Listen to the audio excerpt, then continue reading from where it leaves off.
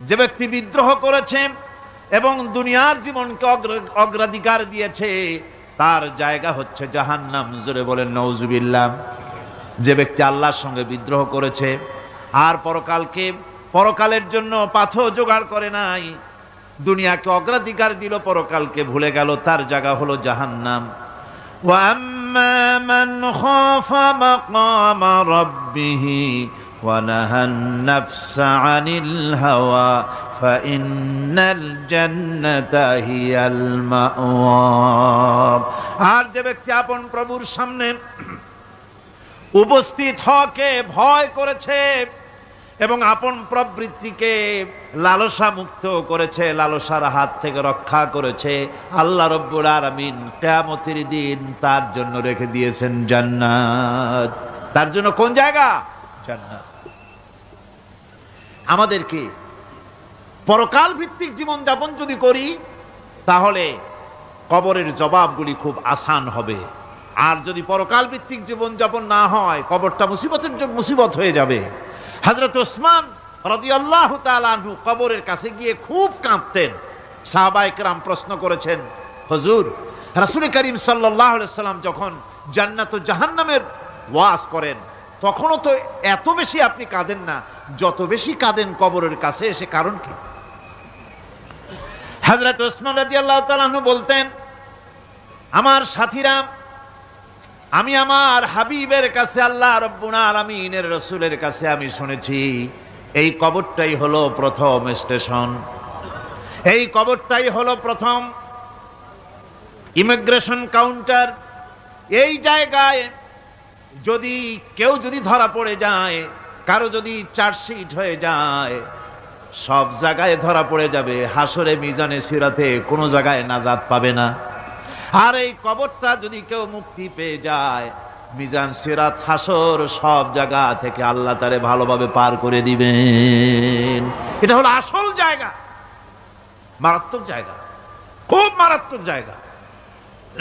আমি এটাকে immigration counter বলেছি আমার ভাষায়। ইমিগ্রেশন কাউন্টার যারা বিদেশ ভ্রমণ করেছেন তারা জানেন। লন্ডন যাবেন, আমেরিকা যাবেন, সৌদি আরব যাবেন, যে কোনো বিদেশে যাবেন, গেলেই পাসপোর্ট তারা দেখবে। পাসপোর্টে আপনার ন্যাশনালিটি কোনটা সেটাই তারা জানতে চাইবে। আপনি কোন দল করেন এটা তারা জানতে চাইবে না। আপনি কোন ভাষায় কথা বলেন তাও তাদের জানার দরকার নেই। প্রথমেই তারা আপনার ন্যাশনালিটি দেখবে, আপনার আইডেন্টিটি কি তারা জানতে চাইবে। তারপরে যদি স্যাটিসফ্যাক্টরি হয় আপনাকে ভিসা দিয়ে ভেতরে ঢুকবার ব্যবস্থা করে দেবে। আর যদি তারা স্যাটিসফাইড না হয় তাহলে আপনাকে মেহমানখানায় ঢুকানো হবে গ্রেফতার করে। কবর হচ্ছে এ ধরনের একটি ইমিগ্রেশন কাউন্টার। কবরের ভিতরে মানুষ যখনই রাখা হবে সঙ্গে সঙ্গে দুজন ফেরেশতা আসবে। কবরের কাছে যারা এসেছিল দাফন হয়ে যাওয়ার পর এই লোকগুলি 40 কদম যেতে যতক্ষণ লাগে এর মধ্যেই দুজন ফেরেশতা এসে যাবে। এসে জিজ্ঞেস করবে, মান রব্বুকা, তুমি কোন দল করতে? ওটা তাদের জানার দরকার নাই। চাকরি কিসে করতেন ওটা জানার দরকার নাই। ব্যবসা করতেন না চাকরি করতেন প্রয়োজন নেই। প্রথমেই জিজ্ঞাসা করা হবে ন্যাশনালিটি, প্রথমেই জিজ্ঞাসা করা হবে তার ন্যাশনালিটি সম্পর্কে, তার আইডেন্টিটিটা কি, এবং সেটাকে সত্যায়িত করার জন্য, বোঝার জন্য 3টি প্রশ্ন। প্রথম প্রশ্ন, মান রব্বুকা ওয়া মা দীনুকা ওয়া মান নাবিয়্যুকা, তোমার রব কে, তোমার দ্বীন কি, তোমার নবী কে। যদি এই ব্যক্তি বেঈমান হয়, মুনাফিক হয়, সে বলবে হায় হাতা লা আদরি, হায় হাতা লা আদরি, জানি না আমার রবকে, আমি জানি না। তোমার দিন কি, দিন কারে কয় বুঝি না। এরপরে আল্লাহর নবী জনাবে মুহাম্মদ রাসূলুল্লাহ সাল্লাল্লাহু আলাইহি ওয়াসাল্লামকে দেখানো হবে, বলা হবে মা কুনতা তাকুলু ফি হাদার রাজুল, এই ব্যক্তি সম্পর্কে তোমার ধারণা কি নিকে? বলবে আমি চিনি না। নাউযুবিল্লাহ। বাস,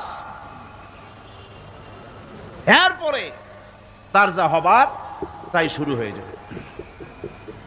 আর যদি বান্দাটা মুমিন হয়, প্রশ্ন করা হবে মান রব্বুকা, জবাব দেবে রব্বি আল্লাহ, আমার রব আল্লাহ রাব্বুল আলামিন। ওয়া মা দীনুকা, দীনুনা ইসলাম, আমার দিন হচ্ছে ইসলাম। এরপরে আল্লাহর নবীকে দেখানো হবে। কয়েক রকমের বর্ণনা আছে। কোন বর্ণনায় আছে হুজুরের আকারে দেখানো হবে, অথবা রাসূলকে সরাসরি দেখানো হবে। বলা হবে মা কুনতা তাকুলু ফি হাযার রাজুল, এই লোকটি সম্পর্কে ধারণা কি? মুমিন ব্যক্তি বলবে হাযা নবিয়ুনা মুহাম্মাদুর রাসূলুল্লাহ সাল্লাল্লাহু আলাইহি ওয়াসাল্লাম, ইনি আমার তো সেই নবী মুহাম্মাদুর রাসূলুল্লাহ সাল্লাল্লাহু আলাইহি ওয়াসাল্লাম। আমরা যেন এই রকমের জবাব দিতে পারি, আল্লাহ কবুল করো। সকলে জোরে কোন আমিন। জবাব হয়ে যাওয়ার পর গায়ব থেকে আওয়াজ আসবে, ফাফরিশু বিল জান্নাতি ওয়ালবিসু বিল জান্নাহ, ও আমার ফেরেশতারা, আমার এই বান্দাকে জান্নাতের পোশাক পরাইয়া দাও আর কবরটাকে জান্নাতের বিছানা বিছাইয়া দাও। জান্নাতের পোশাক পরাইয়া দাও, জান্নাতের বিছানা বিছাইয়া দাও। ইলা মাদ্দা বাসারিহি, তার চোখের দৃষ্টি যত দূর যায় কবরটা ততটা প্রশস্ত করে দাও। এরপর বেহেশতের পোশাক পরাইয়া, বেহেশতের বিছানা বিছায়া ফেরেশতা বলবে নম কানাউমুল উরুস, ঘুমিয়ে যাও। দুলামিয়া যেমন বাসর সজ্জায় নতুন বউ নিয়ে আরামে ঘুমায়, এরকম আরামে ঘুমায় যাও। ইলা ইয়াউমিল কিয়ামা, কিয়ামত পর্যন্ত ঘুমায় থাকো, আরামে ঘুমিয়ে থাকবে। এরপরে সিংহায় ফুৎকার হবে, সিংহার ফুৎকারের আওয়াজে তার ঘুম ভেঙে যাবে। বলবে ইয়া ওয়াইলানা মান বা'সানা মিন মারকাদিনা, হায় আফসোস, আমার এত আরামের ঘুম থেকে কে আমাকে জাগ্রত করলো, আমার ঘুমটারে নষ্ট করলো কে? আওয়াজ আসবে হাযা মা ওয়াদার রহমান ওয়া সাদাকাল মুরসালুন, এটা হচ্ছে রহমানের সেই ওয়াদা, আর মুরসালিনরা নবীরা সত্য কথাই বলেছিলেন, সেই কিয়ামত অনুষ্ঠিত হচ্ছে। আমার বন্ধুগণ, সেজন্য এই দুনিয়ার মোহে পড়ে থাকলে পরে দুনিয়ায় যারা অগ্রাধিকার দিবে দুনিয়াকে পরকালের তুলনায়, জবাব দিতে পারবে না কবরের ভিতরে গিয়া। আর যারা পরকালকে অগ্রাধিকার দিবে, দুনিয়ার চাইতে পরকালকে বেশি অগ্রাধিকার দেবে, আর আল্লাহর ভয় কলিজার ভিতরে রাখবে, কবরের জবাব সঠিকভাবে দিতে পারবে, কিয়ামতের দিন আল্লাহ রাব্বুল আলামিন তাদের জন্য জান্নাত দান করবেন। জোরে বলেন আমিন। দুনিয়াটা হচ্ছে দুনিয়া যেখানে আমরা আছি। আমি আগেই বলেছি দুনিয়া হচ্ছে আদনা শব্দ থেকে এর উৎপত্তি হয়েছে, তুচ্ছ নিকৃষ্ট, এটার দাম নাই, এটার মূল্য নাই। হযরত ইবনে কাইয়িম রাহিমাহুল্লাহ নওয়ারাল্লাহু মারকাদাহু ওয়া জাআলাল জান্নাতা মাথওয়াহু, হযরত ইবনে কাইয়িম তিনি বলছেন, সুন্দর করে বলছেন দুনিয়া সম্পর্কে, মা মাদা ফিদ দুনিয়া আহলামুন ওয়া মা বাকিয়া মিনহা আমানি ওয়াল ওয়াক্তু বাইনাহুমা দায়ুন। মা মাদা ফিদ দুনিয়া আহলামুন, জীবনের যে অংশ ফেলে এসেছি সেটা আজ একটা স্বপ্ন। ওয়া মা বাকিয়া মিনহা আমানি, আর জীবনের যে অংশ সামনে বাকি আছে সেটা এখন একটা আকাঙ্ক্ষা। ওয়াল ওয়াক্তু বাইনাহুমা দায়ুন, আর এর মাঝখান থেকে সময় সব চলে যাচ্ছে। কত বড় কথা চিন্তা করেছেন? জীবনের যে অংশ ফেলে এসেছি তা আজকে স্বপ্ন, তা আজ কি বলেন? স্বপ্ন। আর সামনে যা আছে সেটা আকাঙ্ক্ষা, আর মাঝখান থেকে সময় সব চলে যাচ্ছে।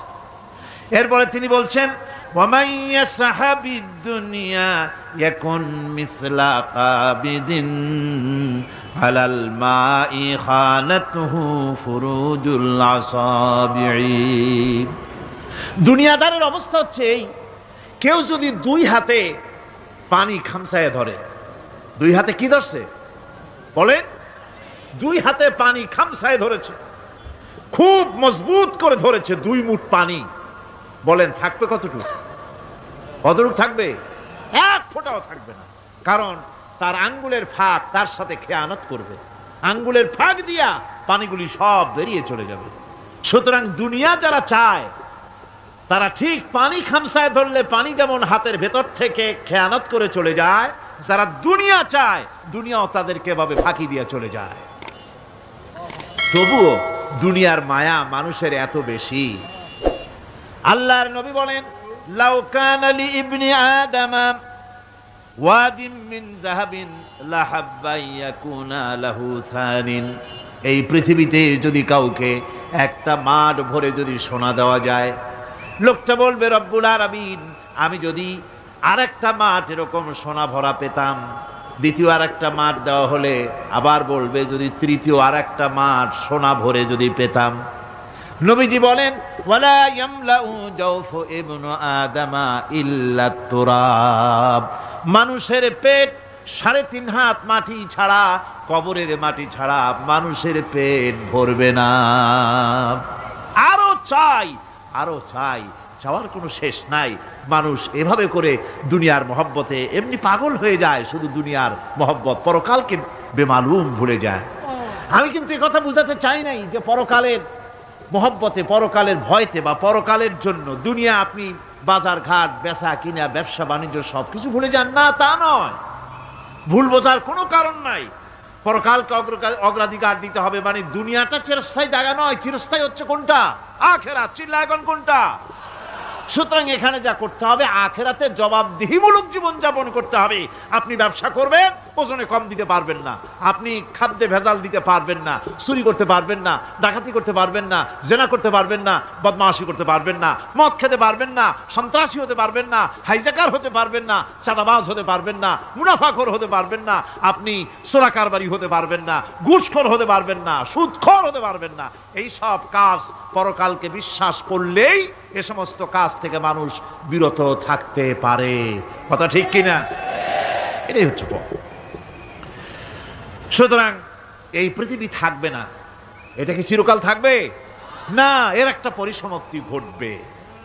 যেমন করে সারা বছর লেখাপড়া করার পর কলেজে, বিশ্ববিদ্যালয়, মাদ্রাসায়, হাই স্কুলে, সব জায়গায় সারা বছর লেখাপড়া করার পর যেমন পরীক্ষা দেওয়ার একটা দিন আসে, সারা বছর ব্যবসা করার পর হিসাব নিকাশ করার যেমন একটা সময় আসে,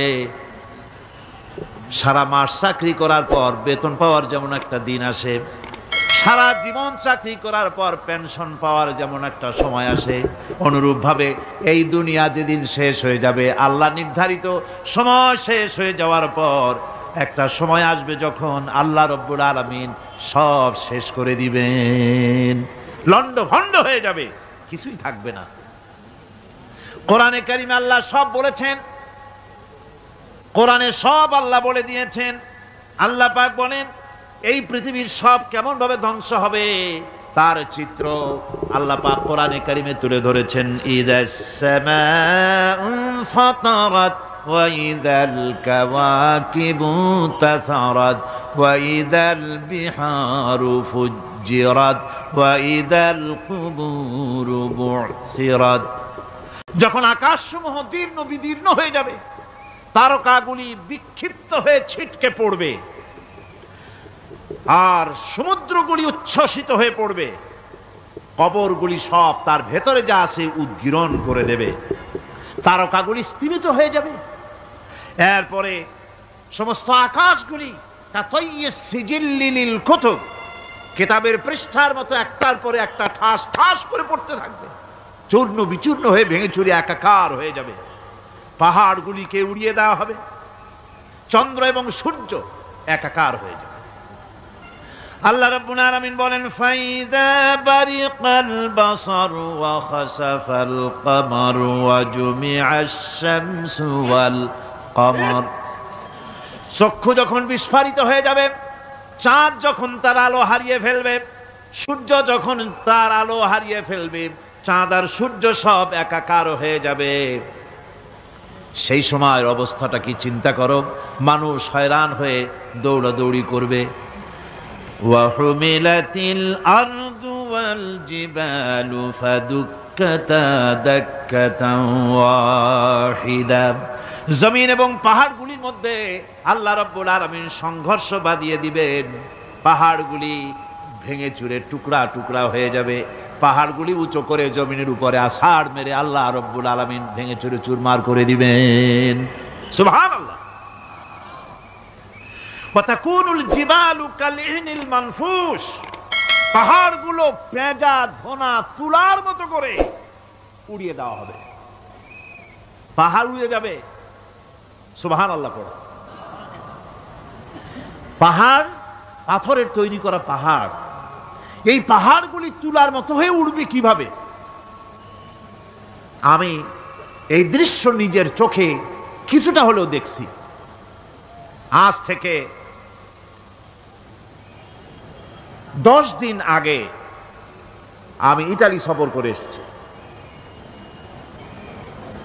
ইতালির রাজধানী রোম। রোম প্রাচীন সভ্যতার লালন ভূমি। কোরআনে কারিমে সূরায় রোম রয়েছে। এই রোম সেই রোম। এখানের বাদশার কাছে রাসূল করিম সাল্লাল্লাহু আলাইহি সাল্লাম হেরাক্লিয়াসের কাছে চিঠি পাঠিয়েছিলেন। সেই রোম 12 থেকে 15,000-এর মতো বাংলাদেশি মুসলমান সেখানে আছে। জুমার দিন, যেদিন আমি গেলাম তার পরের দিনই জুমা ছিল। জুমার নামাজ পড়লাম ভ্যাটিকানের কাছেই বিশাল মসজিদ, ইউরোপের ভিতরে সবচাইতে বড় মসজিদ এটা। রোম ইসলামের দুশমনদের রাজধানী। সেইখানে যখন আজান হচ্ছে আশহাদু আন্না মুহাম্মাদার রাসূলুল্লাহ, আমার অনুভূতির কথা আপনাদেরকে বোঝাতে পারবো না, কি অনুভূতির সৃষ্টি হয়েছে আমার ভেতরে। ভ্যাটিকানের পোপ এক পাশে, কিছু দূরেই ভ্যাটিকান। ওটা হচ্ছে গোটা পৃথিবীর সমস্ত খ্রিস্টানদের কাবা, ভ্যাটিকান। তার পাশেই বিশাল মসজিদ, সেখানে নামাজ পড়লাম। চিন্তার ভেতরে আসলো আল্লাহ রাব্বুল আলামিন তার হাবিবের নাম, তার তাওহীদ, তার রিসালাতকে কিভাবে বিশ্বময় ছড়িয়ে দিলেন। আবু জাহেল চাইছিল মুহাম্মদ সাল্লাল্লাহু আলাইহি সাল্লামকে স্তব্ধ করে দেবে মক্কার জীবনেই। কত বদনাম, সাহের, কাহেন, কাযযাব, শায়ের, নাউযুবিল্লাহি মিন যালিক, কত গালাগালি করলো। আর আল্লাহ শোনালেন, হাবিব চিন্তার কোনো কারণ নাই, ওয়া রাফা'না লাকা যিকরাক, আমি আপনার প্রশংসা বিশ্বময় ছড়িয়ে দেব। সুবহানাল্লাহি ওয়া বিহামদিহি। রোম প্রোগ্রাম শেষ করে আমাকে তারা নিয়ে গেল, যেটা আমি বলছি সফর কাহিনী শোনাবার সময়টা না, যেহেতু এর সঙ্গে প্রাসঙ্গিক সেজন্য বলছি। পাহাড় কেমনে তুলার মতো হয়ে উড়বে তার নজির দেখেছি। রোম শহর থেকে 300 মাইল দূরে, 300 কিলোমিটার দূরে নেপোলিয়ান বোনাপার্ট তার বাড়ি, এবং ওটা তার নামই একটা প্রভিন্স। ভূমধ্য সাগরের পারে ভিসুভিয়াস, পৃথিবীর সবচাইতে বড় আগ্নেয়গিরি। সেটা দেখাতে নিয়ে যাওয়া হলো আমাকে। যে পাহাড়টা পৃথিবীর মাটি থেকে তার চূড়া হচ্ছে 3 মাইল উঁচু। এর 2 মাইল গাড়িতে করে ঘুরে ঘুরে যাওয়া যায়, এরপর আর গাড়িতে যাওয়া যায় না, বাকিটুকুন যেতে হবে হেঁটে হেঁটে। পাহাড়ের উপরে অক্সিজেন কম, বেশ কষ্ট হচ্ছিল উঠতে। জীবনে প্রথম পাহাড়ে চড়েছি, জাবালে নূর, রাসূল করিম সাল্লাল্লাহু আলাইহি সাল্লামের উপরে যেখানে ওহী হয়েছিল সর্বপ্রথম। পাহাড় চড়ার একটা অভিজ্ঞতা ওখান থেকে আমার কিছুটা হয়েছিল। খুব কষ্ট হলো বাকি 1 মাইল উঠতে। যখন ভিসুভিয়াসের একদম শীর্ষে চলে গেছি, সেখানে গিয়ে আমার সাথে 15-20 জন লোক ছিল। আমি নিজেই আল্লাহু আকবার বলে আমার গলা থেকে আওয়াজ বেরিয়ে গেল। আমি দেখতে পেলাম ভিসুভিয়াসের শীর্ষে বিশাল গর্ত। আমার মনে হয় গর্তটা এই মাঠের 1/4 হবে। এই মাঠের 1/4 হবে গর্তটা। সেই গর্তটার গভীরতা হচ্ছে 1.5 কিলোমিটার। এইখান থেকে পাথরগুলি উত্থিত হয়েছে, আগ্নেয়গিরি পাথর আগুনে গলে লাভা হয়ে এগুলি পাহাড় বেয়ে উপচে পড়েছে, চতুর্দিকে 12 মাইল ছড়িয়ে গিয়েছে। আমার মনে পড়লো ওয়াকুদুহান নাস ওয়াল হিজারা, জাহান্নামের আগুনের ইন্ধন হবে মানুষ আর পাথর। আমি সেখানে সেজদায় পড়ে গিয়া কানলাম আর বললাম, আল্লাহ জাহান্নামের আগুন হারাম করে দিও আমাদের জন্য।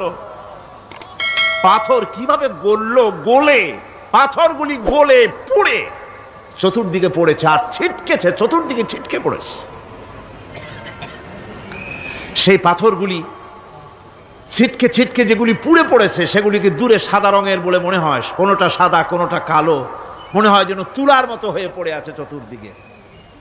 1944 সনে তৃতীয়বারের মতো ভিসুবিয়ার্সি অগ্নিগিরি যে অগ্নি উৎপাত করে তাতে আশেপাশের 12 মাইল এলাকা এফেক্টেড হয়ে যায়। পাথরগুলি গলে এভাবে বিধ্বস্ত করে দিয়েছে। এখান থেকে এখানে জোহরের নামাজ, আসরের নামাজ আমরা পড়লাম, আল্লাহর কাছে খুব দোয়া করলাম। এখনো ধোঁয়া উঠতেছে, এখনো পাহাড়ের ফাটল দিয়ে ধোঁয়া উঠছে। একজন হাত দিয়ে আমাকে বলল যে খুব গরম লাগে ধোঁয়াগুলি। ওখানকার লোকেরা বলল যে ভেতরে এখনো আগুন আছে, তবে সুপ্ত, যে কোনো মুহূর্তে আবার তা জাগ্রত হতে পারে। আমরা সেখান থেকে নেমে এলাম।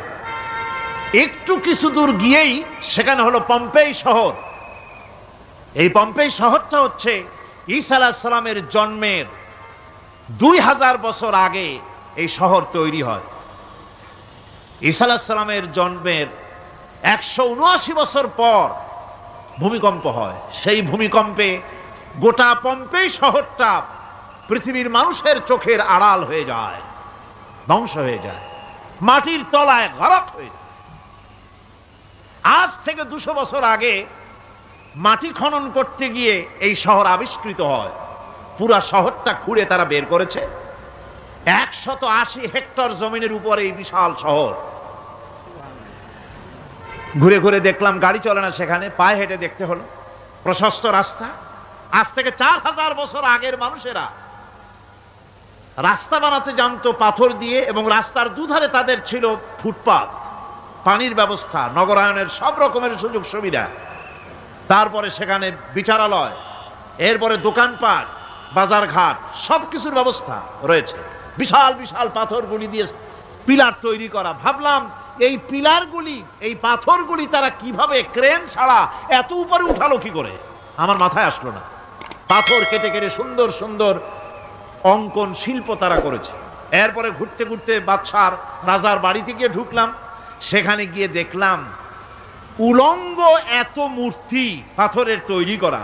পাথর কেটে কেটে দেওয়ালে যৌন মিলনের এমন কোন অশ্লীল ছবি নাই যা তারা সেখানে তৈরি করে নাই।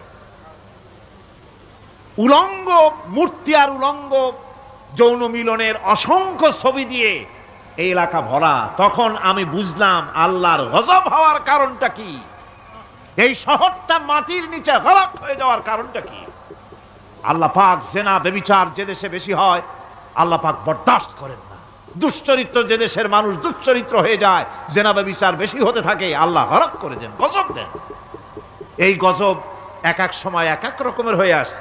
কখনো মাটির নিচে দাবায় দেন, কখনো মহামারী, কোনো দেশে কলেরা, কোনো দেশে জলোচ্ছ্বাস, কোথাও ভূমিকম্প, আর সর্বশেষ এই জেনা ব্যভিচারের জন্য আল্লাহ পাকের চূড়ান্ত, এই যৌনতার অশ্লীলতার জন্য চূড়ান্ত গজব বর্তমান বিশ্বের জন্য এইডস।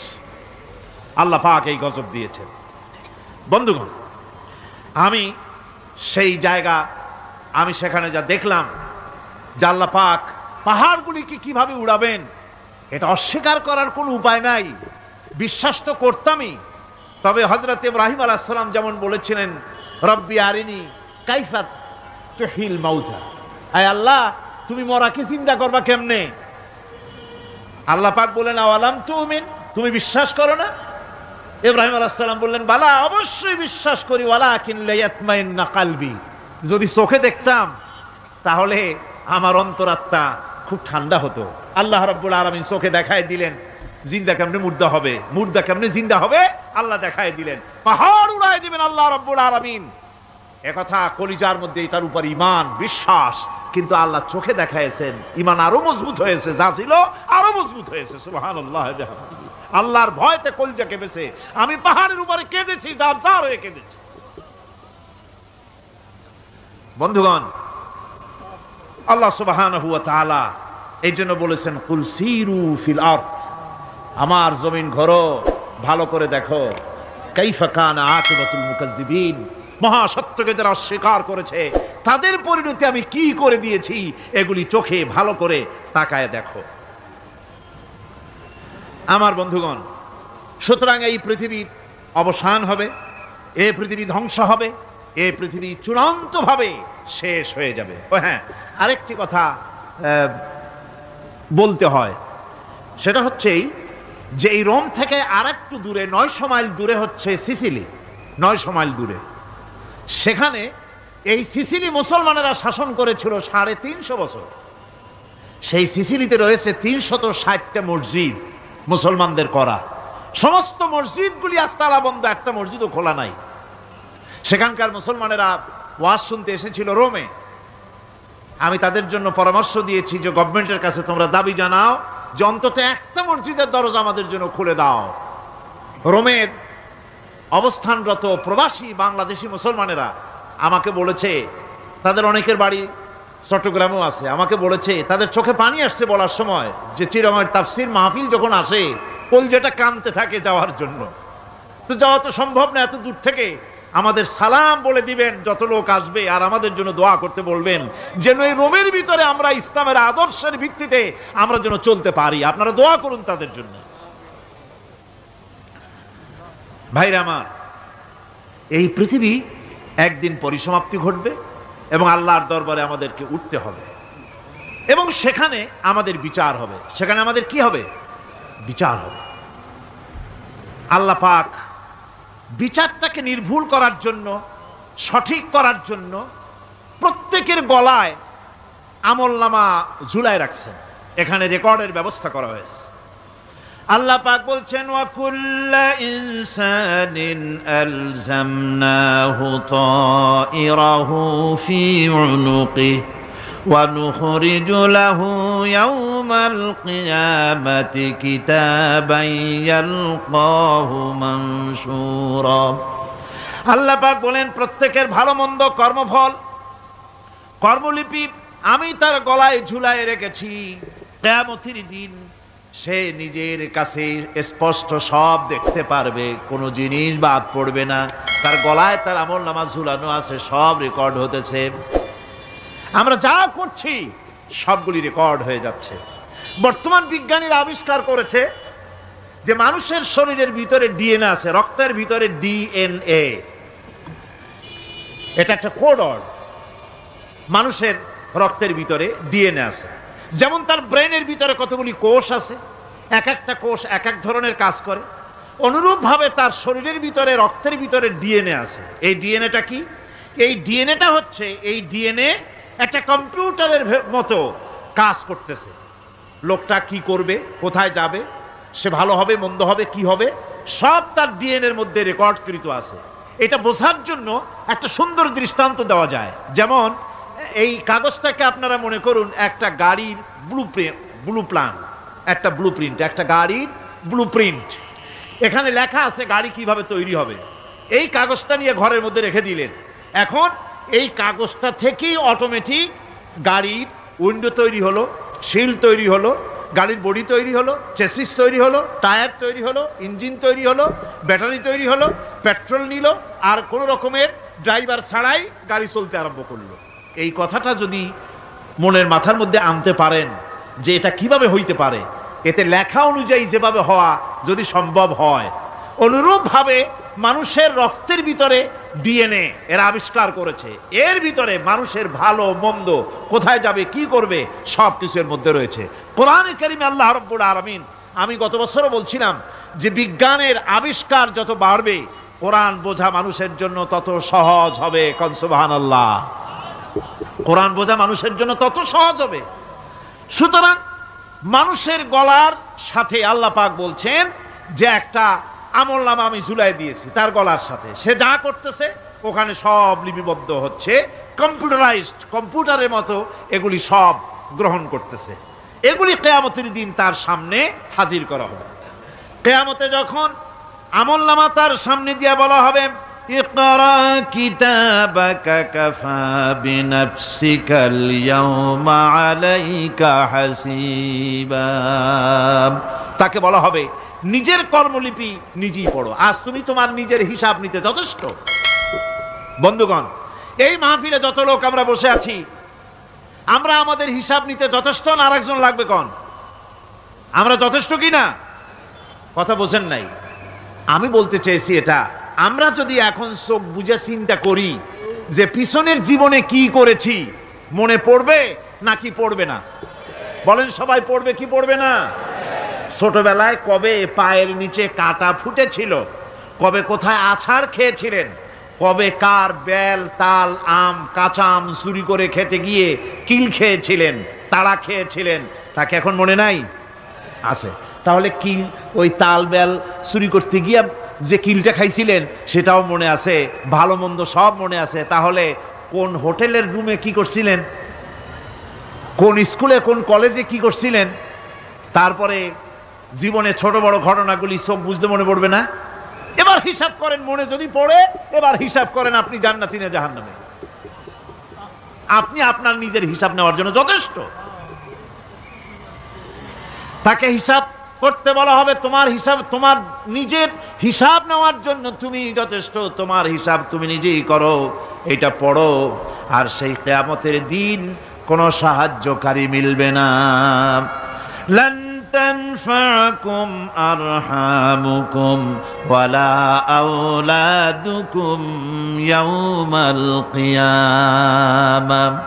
লান তানফাকুম, কিয়ামতের দিন কোনো ফায়দা হবে না, অবশ্যই কোনো ফায়দা হবে না, কোনো উপকারে আসবে না। কিয়ামতের দিন তোমার সন্তান, তোমার স্ত্রী, তোমার মাল, তোমার সম্পদ কোনো উপকারে আসবে না। কিয়ামতের ময়দানে সেদিন সব তোমার সাথে বিচ্ছ করবে, সব পালায় যাবে। সেখানে উৎকোষেরও কোনো কারবার নাই যে ঘুষ টুস দিয়া, ফেরেশতাদের কোনো রকম বুঝবাজ দিয়া, আলাদা কোনো চোরাগলি পথ দিয়া একেবারে ফুট করে ভেসতে চলে যাবেন, এমন কোনো সুযোগ নাই। অনেকে বলে হুজুর এমন কিছু দোয়া শিখায় দেন যাতে ওই সব জেহাদ বোমা এগুলি খুব ভয় পাই, ও সব রাস্তা টাস্তা না, খুব সহজে কিছু দোয়া দুরুদ করিয়া আস্তে করে জান্নাতে চলে যাওয়া যায়, এরকম একটা দোয়া, এরকম একটা পথ বলে দেন। আমি বলি ভাই, এরকমের কোন চোরাগলি আমার রসুল আবিষ্কার করতে পারেন নাই, আল্লাহর পয়গম্বরের ওই ধরনের কোন পথ আবিষ্কার করতে পারেন নাই। সেখানে কিয়ামতের দিন কাউকে উৎকোষ গ্রহণ করার কেউ নাই, উৎকোষ দেওয়া যাবে না। আর উৎকোষ দিবি নেবা কি, আপনার কাছে কিছু নাইও, থাকলেও নেওয়ার কেউ নাই। এই দুনিয়ায় ফাঁকিবাজি করে বহুত কিছু করা যায়, কিন্তু কিয়ামতের মাঠে এগুলি কিছুই চলবে না। اليوم لا ينفع مال ولا بنون। কিয়ামতের দিন ধন সন্তান সন্ততি আর সম্পদ কোনো কাজে লাগবে না। সেদিন শুধু আমল, আমল যদি ভালো হয় কাজে লাগবে, আমল খারাপ হবে সব শেষ হয়ে যাবে। আল্লাহ রাব্বুল আলামিন নবীজিকে ডেকে বলেছেন, নবী আপনি বলেন, কুল মা কুনতু বিদআম মিনার রাসূল, আপনি বলুন আমি কোন নতুন রাসূল নই, আমার আগে অনেক নবী রাসূল পৃথিবীতে এসেছেন, তারা বিদায় হয়ে গেছেন। আমি জানি না কিয়ামতের দিন আল্লাহ রাব্বুল আলামিন আমার সাথে কি ব্যবহার করবেন, আর আমি এও জানি না যে কিয়ামতের দিন আল্লাহ পাক তোমাদের সাথে কি ব্যবহার করবেন।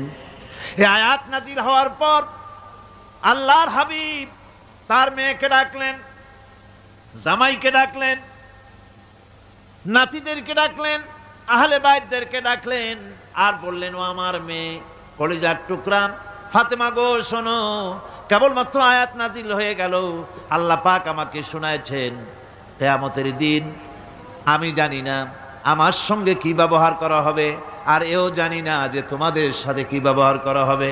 ও আমার কলিজার টুকরা মেয়ে ফাতেমা, কিয়ামতের দিন মুহাম্মদ সাল্লাল্লাহু আলাইহি সাল্লামের মেয়ে, এই হিসাবে তোমার নাজাতের ফয়সালা হবে না। ও আমার কলিজার টুকরা নাতি হাসান আর হোসাইন, কিয়ামতের দিন মুহাম্মদ সাল্লাল্লাহু আলাইহি সাল্লামের নাতি হিসাবে ফয়সালা হবে না। ও আমার জামাই হযরতে আলী, কিয়ামতের দিন আমার জামাই হিসাবে নাজাতের ফয়সালা হবে না। আমল যদি ভালো হয় ফয়সালা ভালো হবে, জান্নাতে চলে যাবে। আমল যদি খারাপ হয়, কার নাতি কার জামাই দেখা হবে না। সুবহানাল্লাহ। কঠিন কিয়ামতের মাঠ। এই পরকালের বিশ্বাস যদি কলজার মধ্যে ঢোকে, মানুষ ভালো হয়ে যাবে। কোন সুবহানাল্লাহ। আপনাদের দৃষ্টিতে পারবে? কথার জবাব যে দিলেন না। পুলিশই কি মানুষের চরিত্র ভালো বানাইতে পারবে? পুলিশের চরিত্র ভালো বানাবে কেডা? সেটাই তো কথা। মানুষের চরিত্র যাতে ভালো থাকে, মানুষের জন্য খারাপ কাম না করে, সেজন্য পুলিশ। পুলিশ যাতে খারাপ কাম না করে, সেজন্য আরো একটা ডিপার্টমেন্ট আছে না? তারা যাতে খারাপ কাজ না করে, সেজন্য আর একটা আছে। এন্টি করাপশনের আবার এন্টি করাপশন আছে, তার উপর আবার এন্টি করাপশন আছে। এন্টিটার অভাব নাই। সুতরাং পুলিশ দিয়া, বিডিআর দিয়া, আর্মি দিয়া মানুষের, দেশের, জাতির চরিত্র ভালো বানানো যায় না। রাসূলুল্লাহ এ দিয়ে বানান না, এটা ইসলামের নিয়ম নয়। পুলিশ দিয়া, আর্মি দিয়া দেশের মানুষের চরিত্র ভালো বানানো যায় না। চরিত্র ভালো বানানো যায় কেবলমাত্র পরকালের ভয় দিয়া। কিসের ভয় দিয়া? ওই যে মক্কার জীবনে ওই সমস্ত মানুষগুলি যারা চুরি করত, ডাকাতি করত, জিনা করত, বদমাশি করত, যারা শয়তানি করত, যারা মানুষকে খুন করত, এই মানুষগুলি এত ভালো হয়ে গেল। যারা চুরি ছেড়ে দিল, ডাকাতি ছেড়ে দিল, জিনা ব্যভিচার ছেড়ে দিল, এত ভালো হয়ে গেল। পৃথিবীর মধ্যে সেরা মানুষ তারা হয়ে গেলেন। জোরে বলেন সুবহানাল্লাহ। নবীর সাহাবীরা পৃথিবীর শ্রেষ্ঠ সন্তান, নবীর সাহাবীরা পৃথিবীর সেরা মানুষ, তাদের চাইতে সেরা মানুষ নবীদের পরে আর কেউ হতে পারে না। জোরে কোন সুবহানাল্লাহ।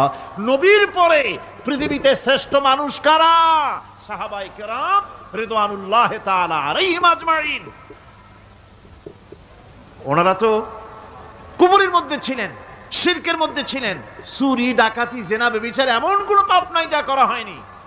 তারপরে যখন আল্লাহর নবীর কাছ থেকে তাওহীদ, রিসালাত ও আখিরাতের দাওয়াত পেলেন, কি সোনার মানুষ এক একজন হয়ে গেলেন। সুবহানাল্লাহ। যারা ছিলেন নারীর সতীত্বের জম, তারা হয়ে গেলেন নারীর সতীত্বের পাহারাদার। যারা মানুষের মাল চুরি করত, ডাকাতি করত, তারা রাতভর মানুষের মালের পাহারা দিল, মানুষের রক্তের পাহারা দিল। সুবহানাল্লাহ বিহামদি।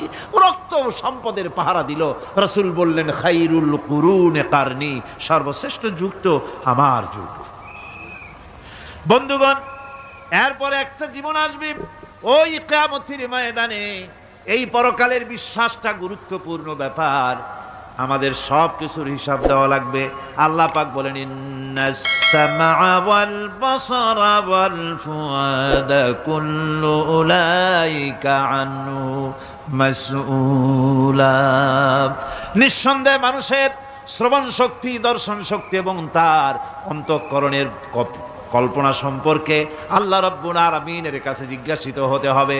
কান দিয়া কি করেছিলা, চোখ দিয়া কি করেছিলা, মুখ দিয়া কি করেছিলে, হাত দিয়ে কি করেছিলে, সবকিছুর জবাব আল্লাহ রাব্বুল আলামিনের কাছে দিতে হবে। সবটার জবাব দিতে হবে, কোনো কিছু বাদ যাবে না।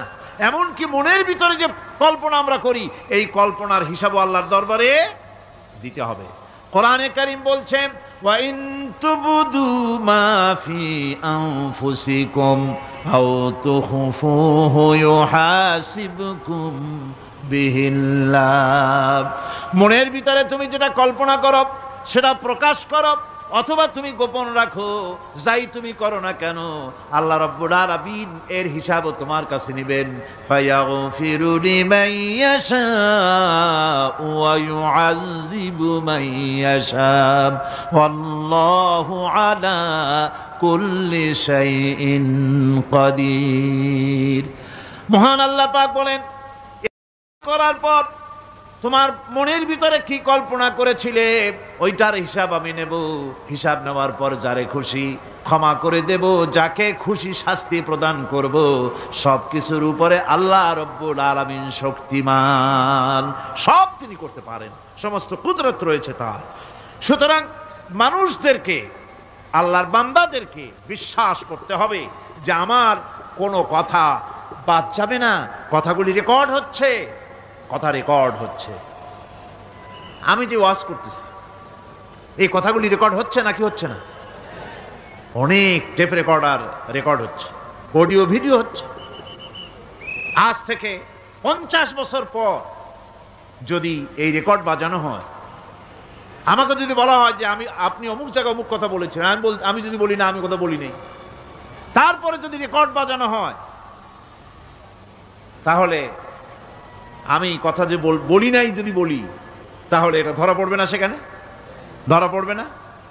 তাহলে এই মানুষের কথা প্লাস্টিকের ফিতায় রেকর্ড করে 50 বছর, 100 বছর, 200 বছর, 500 বছর যদি প্লাস্টিকের ফিতায় এটাকে চলচ্চিত্র করে অথবা টেপ রেকর্ডারে করে যদি ধরে রাখা যায়, এই বুদ্ধিটা কে দিলেন কন্ত দেখি?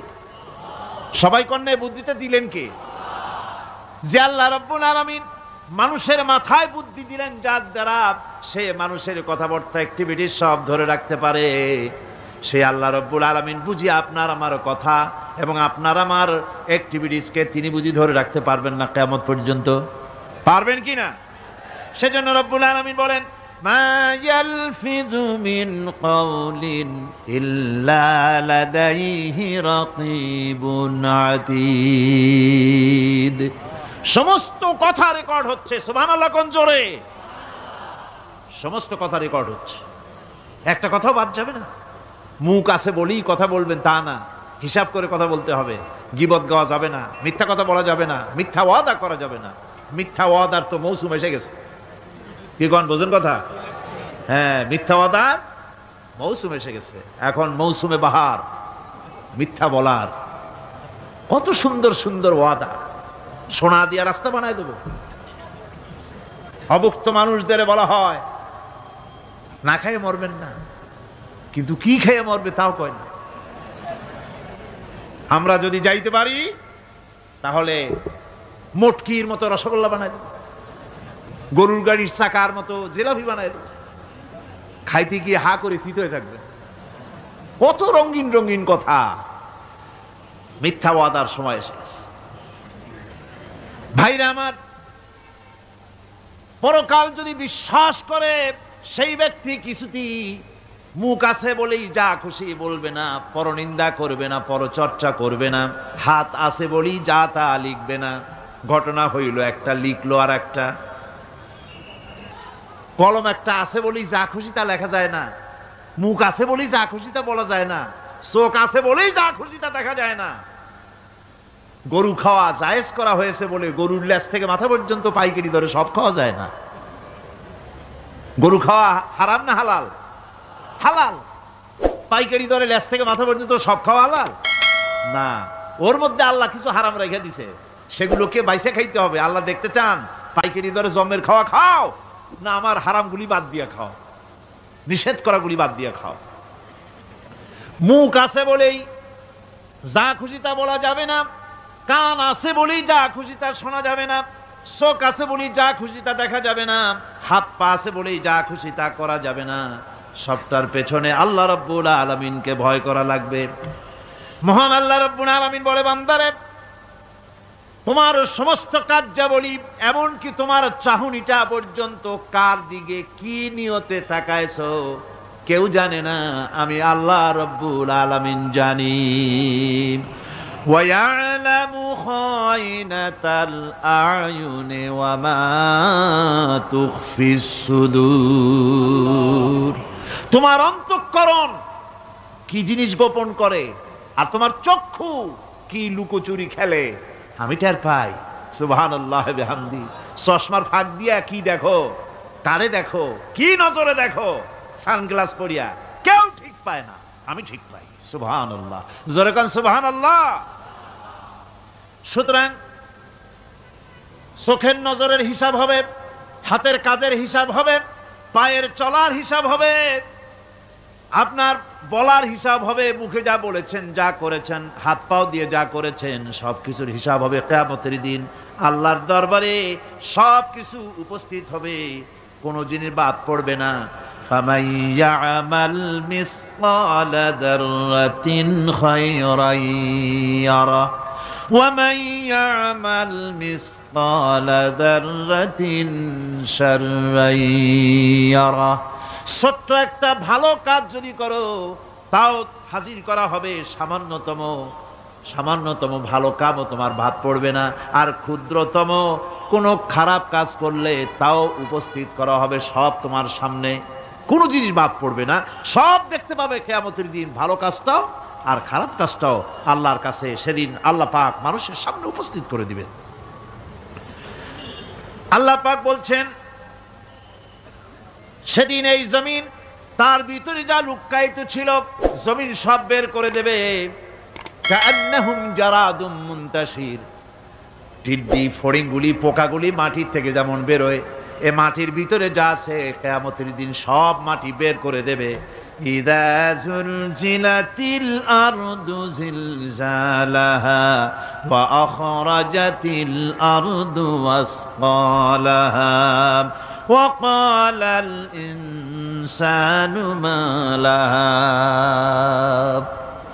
এ জমিনকে ঝাঁকি মারা হবে প্রবল এক ঝাঁকুনি, প্রবল এক ঝাঁকুনিতে এ পৃথিবীর মধ্যে যা কিছু আছে সব বেরিয়ে যাবে।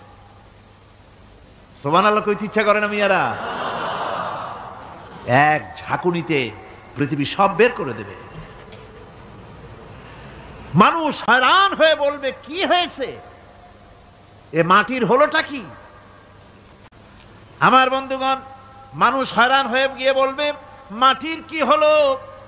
আল্লাহ রাব্বুল আলামিন বলেন ইয়াউমাইযিন তুহাদ্দিসু আখবারাহা বিআন্না রাব্বাকা আওহালাহা। জমিনের উপরে যা ঘটেছে জমিন তা সব বের করে দেবে, সব প্রকাশ করে দেবে। আর এটা এই জন্য হবে যেহেতু তার রবের হুকুম হয়েছে, তার রব হুকুম করেছে বের করে দে। জমিনের ভিতরে আছে যা সব বেরিয়ে যাবে, আকাশ ভেঙে পড়বে, পাহাড় উড়ে যাবে, জমিনের ভিতরে যা আছে সব উপরে চলে আসবে, পৃথিবীতে সব শেষ, কিচ্ছু নাই, আকাশ নাই, পাহাড় নাই, সমুদ্র নাই, সব একাকার, চন্দ্র নাই, সূর্য নাই, তারকা নাই, গ্যালাক্সি নাই, মহাশূন্য নাই, সব শেষ। আল্লাহ রাব্বুল আলামিন সমস্ত ফেরেশতাদেরকে শেষ করে দিবেন, সকলের মওত হয়ে যাবে, কেউ আর থাকবে না, এমনকি হযরতে আজরাইল মালাকুল মউত তিনিও থাকবেন না, সব আল্লাহ রাব্বুল আলামিন মৃত্যু করে দিবেন। এরপরে আল্লাহ রাব্বুল আলামিন একা তিনি বলবেন ইয়া দুনিয়া, ইয়া দুনিয়া আইনা আনহারুকি, এ পৃথিবী তোর সেই সমুদ্রগুলি কোথায়, নদীগুলি কোথায়? ইয়া দুনিয়া আইনা আশজারুকি, হে দুনিয়া তোমার গাছগুলি কোথায়? এত বন বনানি, এত গাছ ছিল। ইয়া দুনিয়া আইনা জিবালুকি, এ পৃথিবী তোর জমিনে যত পাহাড় ছিল পাহাড়গুলি কই? যত স্বৈরাচার ছিল জমিনের উপরে, যারা স্বৈরাচারী মনোবৃত্তি নিয়ে মানুষ ধ্বংস করেছে, দেশ ধ্বংস করেছে, মায়ের বুক খালি করেছে, ওই স্বৈরাচারগুলি কই? কোনো জবাব নাই। আল্লাহ পাকের পরে বলবেন লিমানিল মুলকুল ইয়াউম, কার রাজত্ব? আজকে রাজত্বটা কার? আল্লাহ তিনবার আওয়াজ দিবেন আজকে রাজত্ব কার? আল্লাহ পাক যখন তিনবার করে ডাক দিবেন কোনো জবাব নাই, কোনো জবাব নাই। কে জবাব দেবে? আল্লাহ রাব্বুল আলামিনের সামনে কার ক্ষমতা আছে কথা বলার? কেউ তো নাই, সব শেষ। আল্লাহ পাক বলবেন লিল্লাহিল ওয়াহিদুল কাহ্হার, একমাত্র পরাক্রমশালী আল্লাহ রাব্বুল আলামিনের রাজত্ব আজ। সেই হাসরের মাঠে আমাদের সকলকে উপস্থিত হয়ে যেতে হবে। কেউ আমরা এখান থেকে বাঁচতে পারবো না, সবাইকে উঠতে হবে। অপরাধীরা সেখানে অসহায় হয়ে যাবে, অপরাধীরা অসহায় হয়ে যাবে।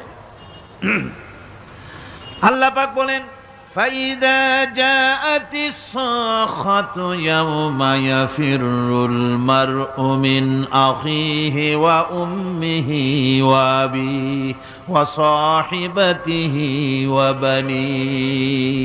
অবশেষে যখন কান ফাটানো আওয়াজ আসবে, এই আওয়াজ সেদিন মানুষ নিজের মা বাপ ভাই বোন সব থেকে বিচ্ছিন্ন হয়ে যাবে, সব একের থেকে আরেকজন পালায় যাবে, হারায় যাবে, কেউ কাউকে আর খুঁজে পাবে না।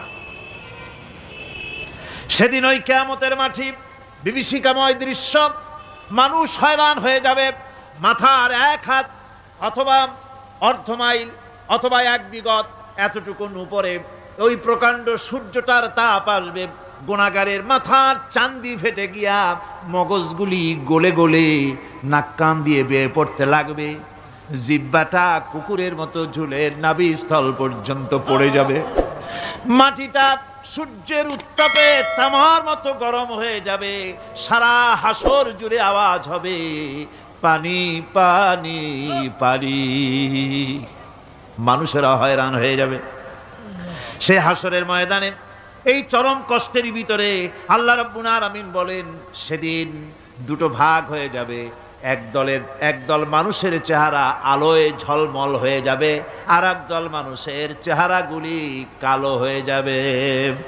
উজুহু ইয়াউমাইযিন মুসফিরাতুন দাহিকাতুন মুস্তাবশিরা ওয়া উজুহু ইয়াউমাইযিন আলাইহা গাবারা।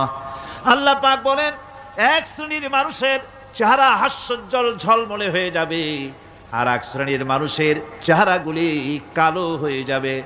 তারহাকুহা কাতারা উলাইকা হুমুল কাফারাতুল ফাজারা। হাস্যোজ্জ্বল, স্বচ্ছন্দপূর্ণ, সুন্দর, উজ্জ্বল ঝলমলে চেহারা হবে ঈমান আনার কারণে, পরকালকে বিশ্বাস করার কারণে, আল্লাহ এবং রসুলের কথা অনুযায়ী জীবনযাপনের কারণে চেহারাটা উজ্জ্বল হয়ে যাবে। আর আল্লাহর নাফরমানি, রসুলের নাফরমানি, পরকালকে অস্বীকার করার কারণে কাফেরগুলির চেহারা, মুনাফিকগুলির চেহারা কালো হয়ে যাবে। তাদেরকে আলাদা করে দেওয়া হবে। আমতাজুল ইয়াওমা আইয়ুহাল মুজরিমুন, মুজরিমদেরকে আলাদা করে দেওয়া হবে, দুইটা ভাগ হয়ে যাবে। এই চরম অবস্থা সৃষ্টি হবে কিয়ামতের ময়দানে। সেদিন রাসূল করিম সাল্লাল্লাহু আলাইহি ওয়াসাল্লাম উম্মতের জন্য সুপারিশ করবেন। সেই সুপারিশ যেন আমাদের করতে পারেন, সেজন্য আমাদেরকে তৈরি করতে হবে, সে ধরনের যোগ্য আমাদেরকে বানাতে হবে। বন্ধুগণ, এই পরকালীন জীবন, এর সম্ভাবনা, এটা যে হবে এবং সেই পরকালে আমাদের সকলকে যে উঠতে হবে, কিয়ামতে আল্লাহর কাছে জীবনের সব কিছুর জবাবদিহি করতে হবে, এই ভীতি সৃষ্টি করতে চায় আল্লাহ পাক মানুষের ভেতরে। আল্লাহ পাকের চাইতে মানুষের কল্যাণকামী আর কেউ আছে? চিল্লায় কোন আল্লাহর চাইতে, বিশ্ববাসীর সৃষ্টি জগতের কল্যাণকামী আল্লাহর চাইতে, রাসূলের চাইতে বেশি কেউ কি আছে? সে আল্লাহ পাক সব বলে দিলেন, ওপেন সিক্রেট করে দিলেন, সব গোপন ফাঁস করে দিলেন। কেমনে বিচার হবে, কেমনে কিয়ামত অনুষ্ঠিত হবে, কেমনে কি হবে, সব খুলে খুলে আল্লাহ পাক বলে দিলেন আমাদেরকে ভালো হওয়ার জন্য। কোরআনে কারীম বলছে, লাইসাল বিররা আন তুওয়াল্লু ওয়ুজুহাকুম কিবালাল মাশরিকি ওয়াল মাগরিব। পূর্ব পশ্চিমে মাথা ঘুরানো, সার নত করা, মাথা ঘুরানো, মুখ ঘুরানো, এটাই কিন্তু সৎ কাজ এবং পুণ্যবান হওয়ার, সৎ কাজ করার, নেককার হওয়ার জন্য যথেষ্ট নয়, বরং ওয়ালাকিন্নাল বিররা মান আমানা বিল্লাহি ওয়াল ইয়াউমিল আখির। প্রকৃতপক্ষে সৎকারী মুমিন, ভালো কাজ করা, প্রকৃত মুমিন, সত্যিকারের ভালো মানুষ, সত্যিকারের ইমানদার হওয়ার জন্য 10টি কাজ লাগবে। কয়টি কাজ? 10টি কাজ লাগবে। সেই 10টি কাজের একটি কাজ গত বছর আপনাদের খেদমতে আরজ করা হয়েছে, 2টি বলা হয়েছে, বাকি আজকে বললাম আর একটা, হয়ে গেল 3টা। বাকি আছে কয়টা? 7টা। বাকি আছে আরো 7টা। পরকাল ভিত্তিক জীবনযাপন যদি করতে পারি, তাহলে আমরা হব দুনিয়ার শ্রেষ্ঠ মানুষ। কোন আলহামদুলিল্লাহ। وَسَخَّرَ لَكُم مَّا فِي السَّمَاوَاتِ وَمَا فِي الْأَرْضِ। এই পৃথিবীতে যা কিছু তোমরা দেখতে পাও, এ সব কিছুকে তোমার অনুগত করে দেওয়া হয়েছে, যাতে করে তোমার সাহায্য করতে পারে, তোমার সহযোগিতা করতে পারে। এজন্য আমি সব কিছুকে সৃষ্টি করেছি। সাখারা শব্দের অর্থ হচ্ছে যে আমি সবগুলিকে তোমাদের অনুগত করে দিয়েছি যাতে করে তোমাদের অনুগত থাকে, অর্থাৎ তোমরা তাদের এই সমস্ত জিনিস দিয়ে তোমরা কাজ নিতে পারো। পানির উপর দিয়ে তোমরা যেন নৌকা চালাতে পারো, স্টিমার চালাতে পারো, পানি অনুগত করা হয়েছে, বাতাসকে অনুগত করা হয়েছে, পৃথিবীর সব কিছুকেই আমি অনুগত করে দিয়েছি তোমাদের, যাতে করে তার দ্বারা তোমরা কাজ নিতে পারো। অন্যত্র আল্লাহ বলছেন, আল্লাহুল্লাযী খালাকাস সামাওয়াতি ওয়াল আরদা ওয়া আনজালা মিনাস সামাই মাআন ফাআখরাজা বিহি মিনাস সামারাতি রিজকান লাকুম। আল্লাহ হচ্ছেন তিনি, আল্লাহ রাব্বুল আলামিন হচ্ছেন তিনি যিনি আকাশ সৃষ্টি করেছেন, যিনি জমিন সৃষ্টি করেছেন এবং ঊর্ধ্বদেশ থেকে মেঘমালা থেকে তোমাদের জন্য বৃষ্টি বর্ষণ করেছেন এবং সেই বৃষ্টি দিয়ে মাটির ভিতর থেকে ফসল উদ্গত করে তোমাদের খাবারের বন্দোবস্ত করেছেন। তিনি হচ্ছেন আল্লাহ পাক। তার দয়া সব জায়গায় ছড়িয়ে আছে, তার দয়া নাই, রহমত নাই, এমন কোন সৃষ্টি নাই। মানুষের জন্য যা কিছু প্রয়োজন তিনি তার দয়া দিয়ে, রহমত দিয়ে তিনি তার সৃষ্টি করে দিয়েছেন।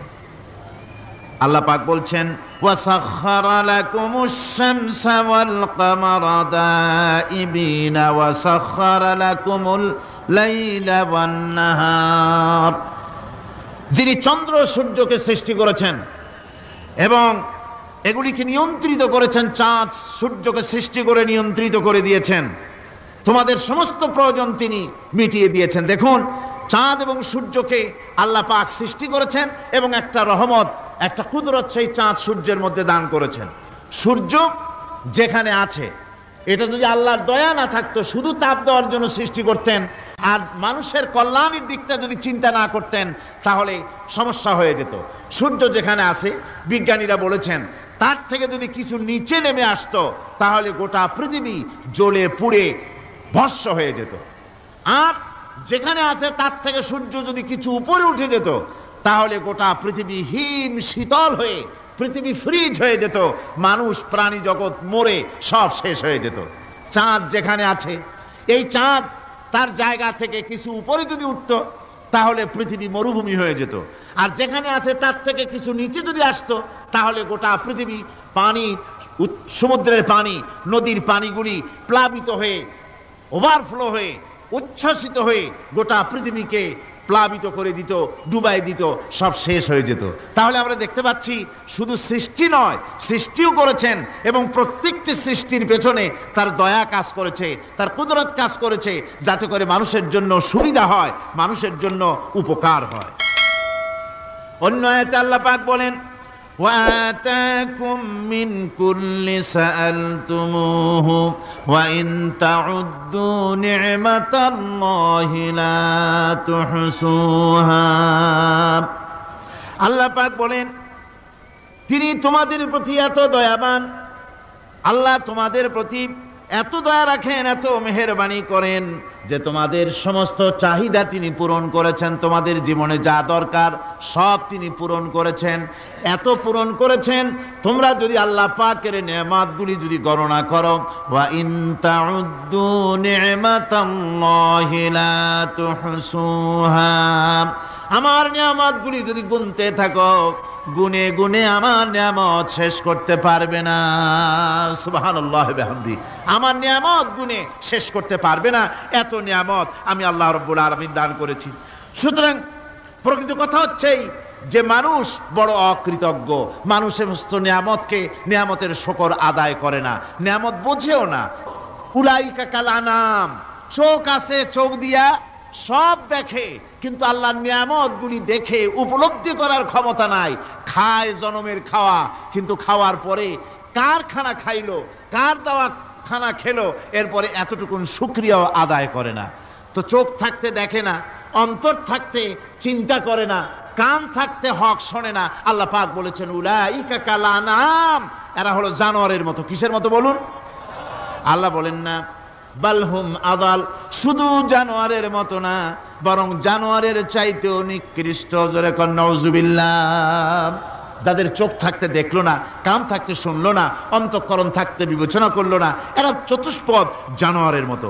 আল্লাহ পাক বলছেন, আর রহমান আল্লামাল কোরআন, এই কোরআন শিক্ষা দিয়েছেন রহমান, যিনি দয়ার সাগর, যিনি মানুষের সব প্রয়োজন মিটিয়েছেন। কোরআনের মতো একটা বড় প্রয়োজন তিনি মিটাবেন না, তা কি হতে পারে? জোরে কোন হতে পারে?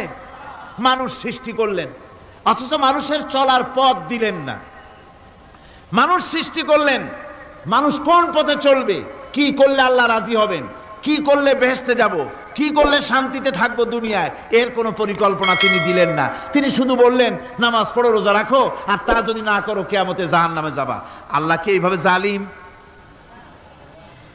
আল্লাহ এরকম জালিম? ওয়ামাল্লাহু বিযাল্লামিল লিল আবিদ। আল্লাহ পাক বলেছেন আমি আমার বান্দার জন্য জালিম নই, আমি বান্দার উপর জুলম করি না। আল্লাহ পাক রহমান, তিনি আমাদের পথ দেখিয়েছেন। তিনি কি সুন্দর, কত রহমত তার, কত দয়া। রহমান নাম দিয়ে সূরাটি শুরু করেছেন। এ কোরআন শিক্ষা দিয়েছেন তিনি, যিনি দয়াবান। আল্লাহ রাব্বুল আলামিন বলেন আল্লাযী জাআলা লাকুমুল আরদা মাহাদান ওয়া জাআলা লাকুম ফিহা সুবুলান লাআল্লাকুম তাহতাদুন। তিনি আল্লাহ যিনি তোমাদের জন্য এই পৃথিবীটাকে সমতল করেছেন, এই পৃথিবীটাকে সুন্দর করেছেন, সমতল করে দিয়েছেন। আর তোমাদের চলার জন্য তিনি রাস্তা তৈরি করেছেন, সমতল জমিনের উপরে করে দিয়েছেন, পৃথিবীটাকে সমতল করেছেন, মাটিটাকে সুন্দর করেছেন, রহমত করেছেন। তিনি পৃথিবীর মানুষকে বসবাসের জন্য একটা পৃথিবী বানালেন, কিন্তু সেই পৃথিবীতে সেই মাটিটা এমন হলো যেখানে এত শক্ত যা বিল্ডিং করা যায় না, যেখানে মাটি খোসা যায় না, জমিন চাষ করা যায় না। জমিন কি এরকম শক্ত? জোরে বলেন, এরকম শক্ত? এরকম শক্ত না। আবার বৃষ্টি পড়লে যে কাদা হয়, ওই রকম যদি জনমের মতো আল্লাহ কাদা বানায় দিতেন যে মানুষ দাঁড়াইতেই পারে না, কাদার মধ্যে ডুবে যায়, এরকম যদি অবস্থা হতো তাহলে এই পৃথিবীর এই জমিনের উপরে মানুষ বাড়ি ঘর বানাইতে পারতো না। ঠিক কিনা কন? আল্লাহ পাক বলছেন আমি একটা ভারসাম্যের মাধ্যমে এই পৃথিবীকে, এই জমিনকে সৃষ্টি করছি, এবং এই জমিন যেন তোমাকে নিয়ে নড়াচড়া করতে না পারে সেজন্য আমি পাহাড় দিয়েছি। পাহাড়গুলিকে কিলকের মতো, পেরেকের মতো খিল মেরে দিয়ে পৃথিবীটার ভারসাম্য রক্ষা করেছি, যাতে করে তোমাকে নিয়ে টালমাটাল হতে না পারে। এই সুন্দর করে পৃথিবীটা বানালাম। তারপরে وَلَقَدْ مَكَّنَّاكُمْ فِي الْأَرْضِ وَجَعَلْنَا لَكُمْ فِيهَا مَعَائِشَ قَلِيلًا مَا تَشْكُرُونَ। আল্লাহ পাক বলেন আবার দেখো, এই জমিনে আমি তোমাদেরকে প্রতিষ্ঠিত করেছি, আর জমিনের উপরে তোমরা যাতে রুজি রোজগার করতে পারো সে ব্যবস্থাও আমি করে দিয়েছি। জমিন সৃষ্টি করেছি, আবার রুজি রোজগার করবে সে ব্যবস্থাও আমি তোমাদের জন্য করে দিয়েছি। এই পৃথিবী তুমি চাষাবাদ করবে, তাতে ফসল হবে সে ব্যবস্থা করে দিয়েছি, বাড়িঘর বানাবে সে ব্যবস্থা করে দিয়েছি। তারপরে পৃথিবীর এ মাটির নিচে তোমার জন্য সম্পদ রেখেছি, সমুদ্রের ভিতরে, নদীর ভিতরে, সেখানেও তোমার জন্য সম্পদ রেখেছি। আমি রহমান সব প্রয়োজন মিটিয়েছি। শুধু এর জন্য নয় যে সৃষ্টি করলাম, ইবাদত করলাম আর জাহান্নামে পাঠিয়ে দিলাম, তা তো না। তোমাকে আমি সৃষ্টি করেছি, তোমার প্রয়োজন, যত প্রয়োজন তোমার ছিল জীবনে, সমস্ত প্রয়োজনগুলি আমি মিটিয়েছি। আল্লাহ পাক বলছেন ওয়া হুয়াল্লাযী সাখখারাল বাহরা লিতাকুনু মিনহু লাহমান তারিয়ান ওয়া তাস্তাখরিজু মিনহু হিলিয়াতান তালবাসুনাহা। আল্লাহ পাক বলেন এই সমুদ্রকে আমি আল্লাহ তোমার নিয়ন্ত্রিত, তোমার নিয়ন্ত্রণাধীন করে দিয়েছি সমুদ্রকে, আর তার ভিতরে তাজা মাংস, তাজা গোশত তোমার জন্য রেখেছি, খাবার রেখেছি। আবার তুমি পরিধান করতে পারো এমন জিনিসও, ব্যবহারের জিনিস সমুদ্রের মধ্যে রেখে দিয়েছি। তার মানে হলো সমুদ্রের ভেতরে, তার ভিতরে মাছ রয়েছে, টাটকা মাছ আছে, মণিমুক্তা আছে। স্থলভাগে পৃথিবীর মাটির উপরে যত জিনিস আছে, যত নিয়ামত আছে, সমুদ্রের তলদেশে তার কোনো অংশে কম নাই, বরং তার থেকে আরো বেশি আছে। মাটির উপরে যত নিয়ামত আছে, সম্পদ আছে, মাটির তলায় তার থেকে কোনো অংশে কম নাই। অনেক নিয়ামত মাটির তলায় আছে, খনিজ দ্রব্যগুলি মাটির তলায় থাকে। সমুদ্রের তলদেশে অসংখ্য নিয়ামত আল্লাহ রাব্বুল আলামিন রেখেছেন। বলছেন আমি হচ্ছে রহমান, আমার দয়ায় ভরা, আমি তোমার সমস্ত প্রয়োজন আমি আমার দয়া দিয়ে আমি মিটিয়েছি। আমার ভাইরা, আল্লাহ সুবহানাহু ওয়া তাআলা তিনি হচ্ছেন রহমান, তিনি হচ্ছেন রহমান। জোরে বলেন তিনি কি? দয়ার সাগর, যিনি মানুষের সমস্ত প্রয়োজন মিটিয়েছেন, তিনি কোরআন অবতীর্ণ করেছেন। আমি আল্লাহর দয়ার কথা, রহমান শব্দের ব্যাখ্যা আপনাদের সামনে করে সামনে এগোচ্ছি। আল্লাহ পাক বলছেন যে আমি এই পৃথিবী সৃষ্টি করলাম, মাটিতে তোমাদের জন্য চতুষ্পদ জন্তু সৃষ্টি করেছি, বাতাসের উপরে পাখিরা সাঁতার কাটছে, আর পানির ভিতরে মৎস্যরাজি রয়েছে। এ সমস্ত প্রাণীগুলির আত্মরক্ষার জ্ঞান আমি দান করেছি, তারা তোমাদের জন্য উপকার করে। সেই পশুগুলির পশম দিয়ে তোমাদের কাপড় চোপড় তৈরি হয়, তারপরে তার চামড়া তোমরা পরিধান করো। এই পশুগুলিও তোমাদের জন্য আমি এক নিয়ামত হিসেবে দিয়েছি। ওয়াল-আনআমা খালাকাহা লাকুম ফীহা দিফউন ওয়া মানাফিউ ওয়া মিনহা তা'কুলুন। আল্লাহ সুবহানাহু ওয়া তাআলা বলেন, আমি মানুষের জন্য পশু তৈরি করেছি, চতুষ্পদ জন্তু সৃষ্টি করেছি, যার পশম দিয়ে তোমাদের জন্য শীতের পোশাক তৈরি হয়। আপনারা যে এই যে চাদর গায়ে দেন, কম্বল গায়ে দেন, এগুলো কার পশম? পশুর পশম। পশুগুলির, জন্তুগুলির পশম দিয়ে আপনাদের জামা কাপড়গুলি তৈরি হয়। তারপরে এই পশু আপনাদের জন্য বাড়িতে পাহারা লাগায়। আল্লাহ পাক বলছেন, এছাড়া এই পশুগুলি আমি এমন নিয়ামত দান করেছি, সমুদ্রের ভিতরে, জমিনের উপরে, মাটির তলায়, আবার আকাশের উপরে, জমিনের উপরে বিচরণশীল জীবগুলিও তোমার জন্য তৈরি করেছি। ওয়াতাহমিলু আসকালাকুম ইলা বালাদিন লাম তাকুনু বালিগিহি ইল্লা বিশাক্কিল আনফুস। আল্লাহ পাক বলেন, এই পশুগুলি তোমাদের আরো অনেক উপকারে আসে।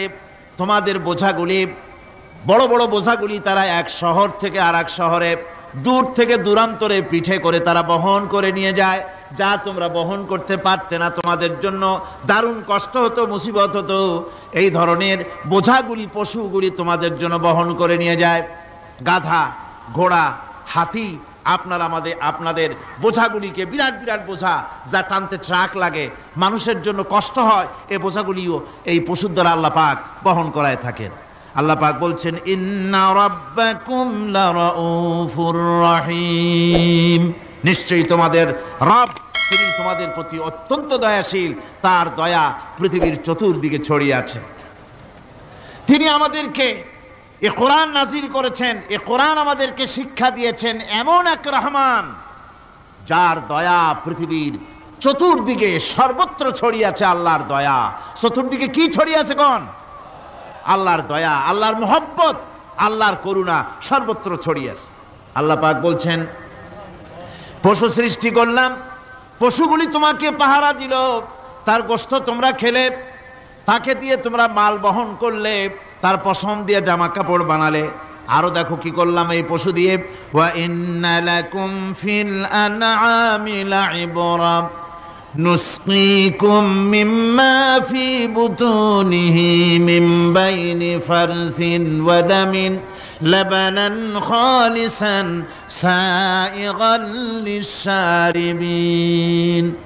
আল্লাহ রাব্বুল আলামিন বলেন, চতুষ্পদ জীবের মধ্যে বুদ্ধিমান ব্যক্তিদের জন্য নিদর্শন রয়েছে।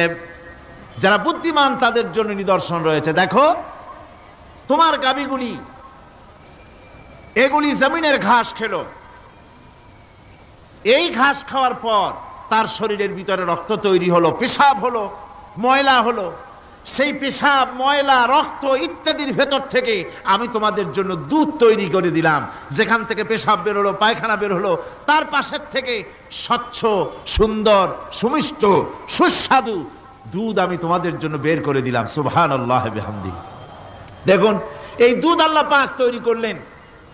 কাগজ তৈরি হয় যে মিল, কল কারখানায়, পেপার মিল। আপনারা যদি কোনো পেপার মিলে যান তো যে দেখবেন কাগজ তৈরি হয় গাছ দিয়ে। এই গাছগুলি মিলের মধ্যে, মেশিনের মধ্যে ঢুকানো হয়। মেশিনের ভিতরে গাছটা ঢুকে মেশিনের তাপে, বৈদ্যুতিক তাপে এই গাছগুলি গলে যায়, পানি হয়ে যায়।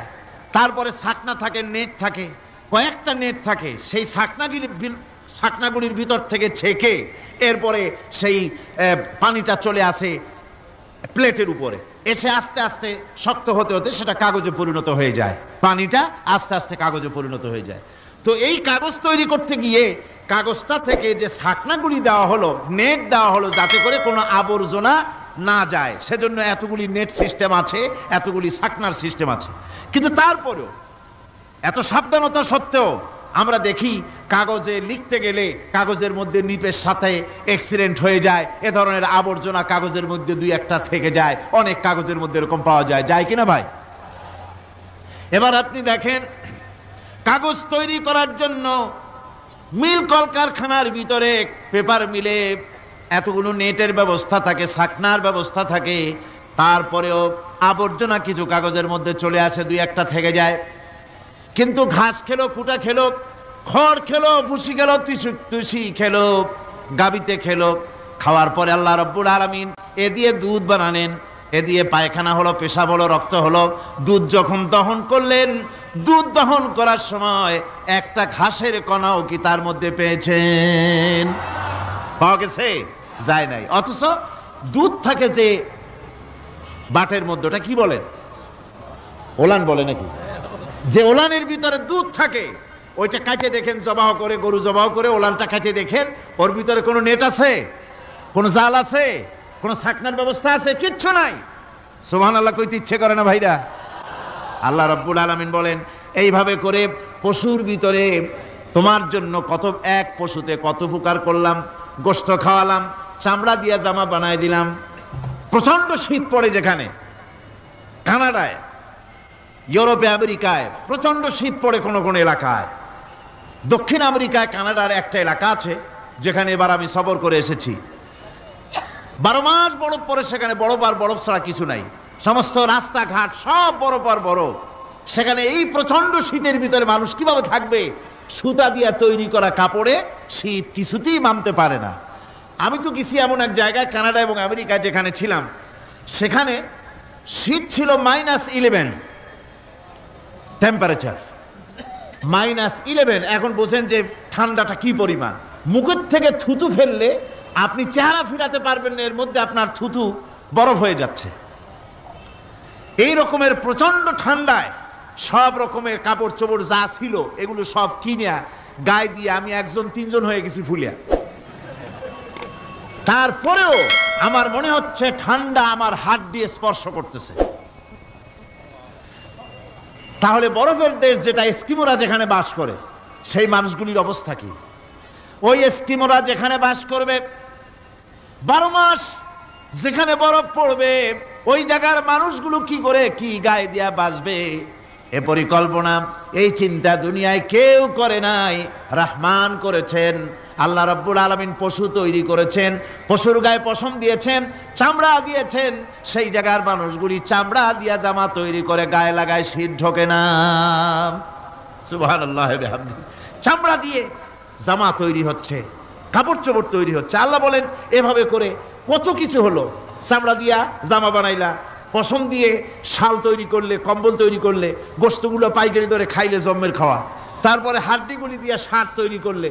এই পশু তোমাকে পাহারা দিল বাড়িতে, কুত্তায় সারা রাত পাহারা দেয় তোমার বাড়িতে। কুত্তা আবার পুলিশেও চাকরি করে। ইংল্যান্ডে, লন্ডনে দেখেছি আপনার, সেখানে কুকুর, ওকে ট্রেনিং দেওয়া হয়, কুকুর পুলিশে চাকরি করে। কোনো কোনো পুলিশ আছে হাবিলদার, সাব ইন্সপেক্টর, তবে কুত্তা জানে না যে সাব ইন্সপেক্টর কিনা আসে। বিভিন্ন বিভাগ তাকে দেওয়া হয়েছে এবং তারা এত নির্ভরযোগ্য, শুধুমাত্র চোরের ছবি আর তার ব্যবহৃত জামা কাপড় একটুখানি নাকে শুকায় দেবে কুত্তাকে, পুলিশ আর যাওয়া লাগবে না। এই কুত্তা পুলিশই যথেষ্ট। খুঁজা চোর যদি একবার তার নজরে এসে যায়, আর ছাড়াছাড়ি নাই, তাকে হাজির করবে, পুলিশের সামনে এনে হাজির করবে। তো এই কুকুর বাড়িতে পাহারা দিচ্ছে আপনার জন্য, তারপরে পুলিশের দায়িত্ব পালন করতেছে। মানুষ মরে গেলে কোথায় মরেছে সেগুলি সন্ধান করে নিয়ে আসতেছে, মাইন কোথায় পোতা আছে তা খুঁজে নিয়ে আসতেছে।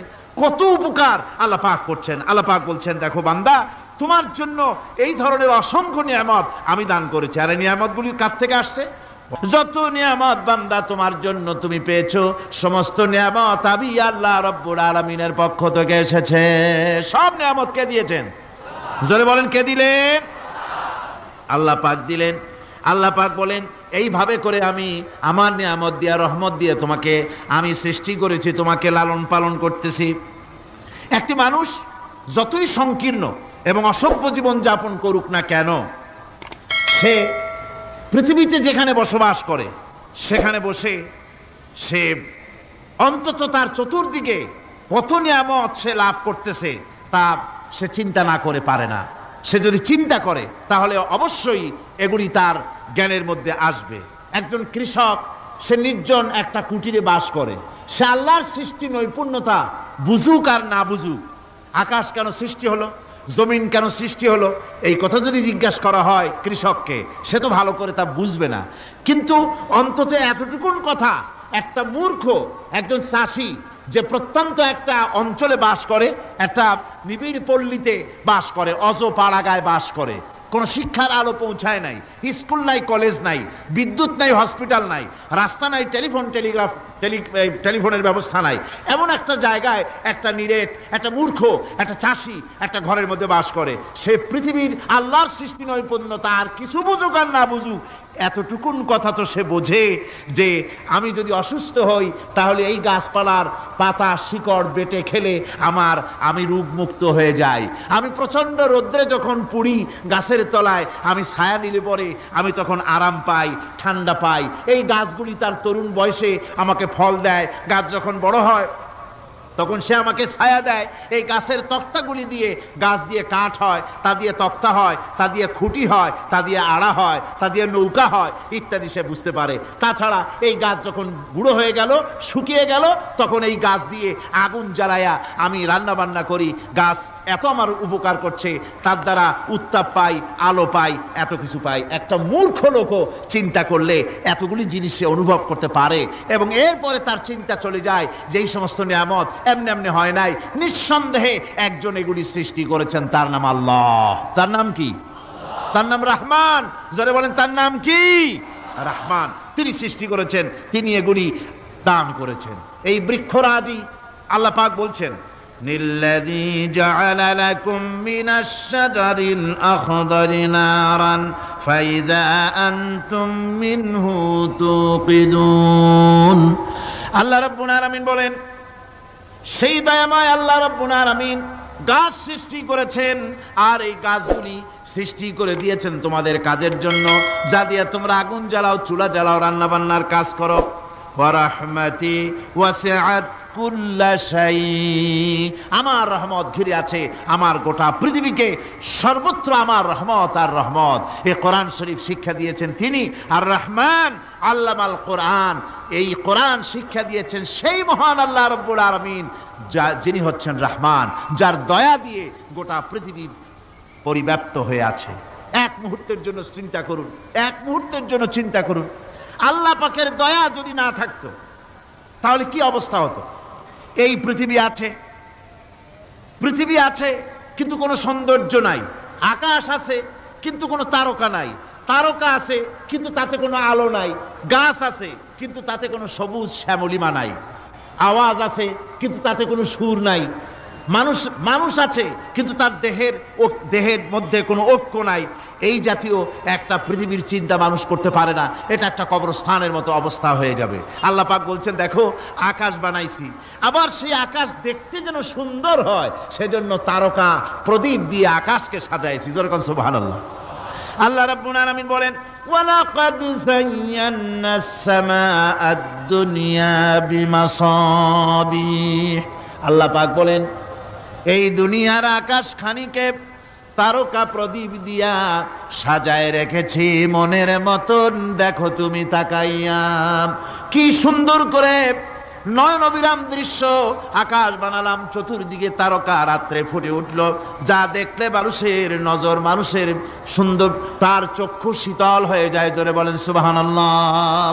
সুন্দর করে এই আকাশটাকে আমি সাজিয়েছি। তারপরে আল্লাযী খালাকা সাবআ সামাওয়াতিন তিবাকা মা তারা মিন খালকির রহমানি মিন তাফাবুত। স্রষ্টা তিনি, সপ্ত আকাশ রচিলেন থরে থরে, কোন ত্রুটি হেরিবে না তার পূর্ণ সৃজন পরে। চাহো তুমি তার সৃষ্টি পানে, দেখো কিছু ভুল চোখ, ফিরাও তোমার নয়ন খানি, ফিরাও তোমার মুখ। অক্ষমহীন দৃষ্টি তোমার সৃষ্টিতে পাবে ফাঁকি, ফিরাও তোমার নয়ন খানি, ফিরাও কাঙ্গালাখি। আল্লাহ পাক বলেন আমার আকাশের দিকে তাকাও, বারবার তাকাও, সূর্যের দিকে তাকাও, চন্দ্রের দিকে তাকাও, গাছপালার দিকে তাকাও, তাকায় দেখো কোনো ভুল আছে নাকি, ভালো করে দেখো কোনো ভুল আছে নাকি। আল্লাহ পাক বলেন আবার তাকাও, দেখতে দেখতে তোমার চক্ষু দুর্বল হয়ে তোমার কাছেই ফিরে আসবে। আমার সৃষ্টি নৈপুণ্যতার ভিতরে কোনো ভুল পাবে না। সুবহানাল্লাহ ওয়া বিহামদিহি। একজন দরবেশ সাহেব, তিনি একবার এই সূরার পড়তেছিলেন, মুখস্থ তেলাওয়াত করতেছিলেন, একটা গাছের তলায় বসে, একটা বট গাছের তলায় বসে এটা তেলাওয়াত করতেছিলেন। যখন তিনি পড়লেন হাল তারা মিন ফুতুর, আমার সৃষ্টি নৈপুণ্যতার ভিতরে কোনো ভুল পাওয়া যায় নাকি। দরবেশ সাহেব চিত হয়ে শুয়ে শুয়ে তেলাওয়াত করতেছেন আর বলছেন আল্লাহ রাব্বুল আলামিন, তোমার সৃষ্টি নৈপুণ্যতার ভিতরে কোনো ভুল ধরার ক্ষমতা তো কোনো মানুষের নাই। তবে একটা জিনিস আমার নজরে পড়ল, এই যে বিরাট বট গাছটা, পৃথিবীতে যত গাছ আছে যেমন গাছ তেমন ফল, তাল গাছটা যেমন ফলও তেমন, নারকেল গাছটা যেমন ফলটাও তেমন, কিন্তু এত বড় বিশাল বট গাছ ফল হতেছে ছোট্ট ছোট্ট ট্যাবলেটের মতো। গাছটা যেমন ফলটা তেমন হয় নাই। আল্লাহ এটা ভুল না, তুমি বলেছো যে দেখো কোনো ভুল টুল আছে নাকি, তুমি ভুল তো না, আমার চোখে এটা লাগলো, যেমন গাছ তেমন ফল হয় না। দরবেশ সাহেব চিত হয়ে শুয়ে শুয়ে তেলাওয়াত করছেন, মনের মধ্যে এই চিন্তা আসলো গাছটা যেমন তেমন ফলটা হলো না। দরবেশ সাহেব বলেন এই চিন্তা করতেছি, হঠাৎ করে একটা দমকা হাওয়া বয়ে গেল, ডালে ডালে বাড়ি লেগে গেল, একটা আদা পাকা বটের ফল অনেক উপর থেকে বৃন্তচ্যুত হয়ে চট করে এসে আমার নাকের উপরে ফট করে পড়ল। নাকের উপরে এমন ভাবে পড়ছে নাকটা জ্বলে উঠছে। আমি সেজদায় পড়ে গেলাম। দরবেশ সাহেব বলেন আমি সেজদায় পড়ে গেলাম, চোখের পানি ফেলে আল্লাহর দরবারে মাপ চাইলাম, বললাম রব্বুল আলামিন, তোমার কোনো জিনিসের ভিতরে কোনো খুঁত নাই, নিখুঁত জিনিস তুমি বানাইছো, কোনো ভুল নাই। আমি চিন্তা করেছিলাম নারকেল গাছ যেমন তার ফলও তেমন, তাল গাছ যেমন তার ফলও তেমন, বট গাছটা যেমন তেমন ফল। আমার আন্দাজ মতো, আমার চিন্তা মতো যত বড় বট গাছ অত বড় ফলটা যদি হতো, বটের ফলটা যে পজিশন নিয়ে আমার নাকে পড়েছিল, গাছ যেমন ফল তেমন হলো, নাকও যেত, আমার মাথাও যেত। আল্লাহ রাব্বুল আলামিন বলেন দেখো বান্দা, আমার সৃষ্টি নৈপুণ্যতার মধ্যে কোনো ভুল পাবে না। সুবহানাল্লাহ ওয়া বিহামদিহি, কোনো ভুল নাই, বারবার তাকাও, কোনো ভুল পাবে না। আল্লাহ সুবহানাহু ওয়া তাআলা সুন্দর করে বানিয়েছেন, যা দেখবেন শুধু সুন্দর আর সুন্দর। সুবহানাল্লাহ বলেন, শুধুই সুন্দর। ফুলের সৌন্দর্য দেখেন, গাছের সৌন্দর্য দেখেন, জমিনের সৌন্দর্য দেখেন, পাখির সৌন্দর্য দেখেন। আল্লাহ পাক যা বানালেন সবগুলিকে আল্লাহ পাক সুন্দর করে করে সৃষ্টি করেছেন, সব গুছিয়ে গুছিয়ে সুন্দর করে করে বানিয়েছেন, অসুন্দর করে কিছু বানান নাই।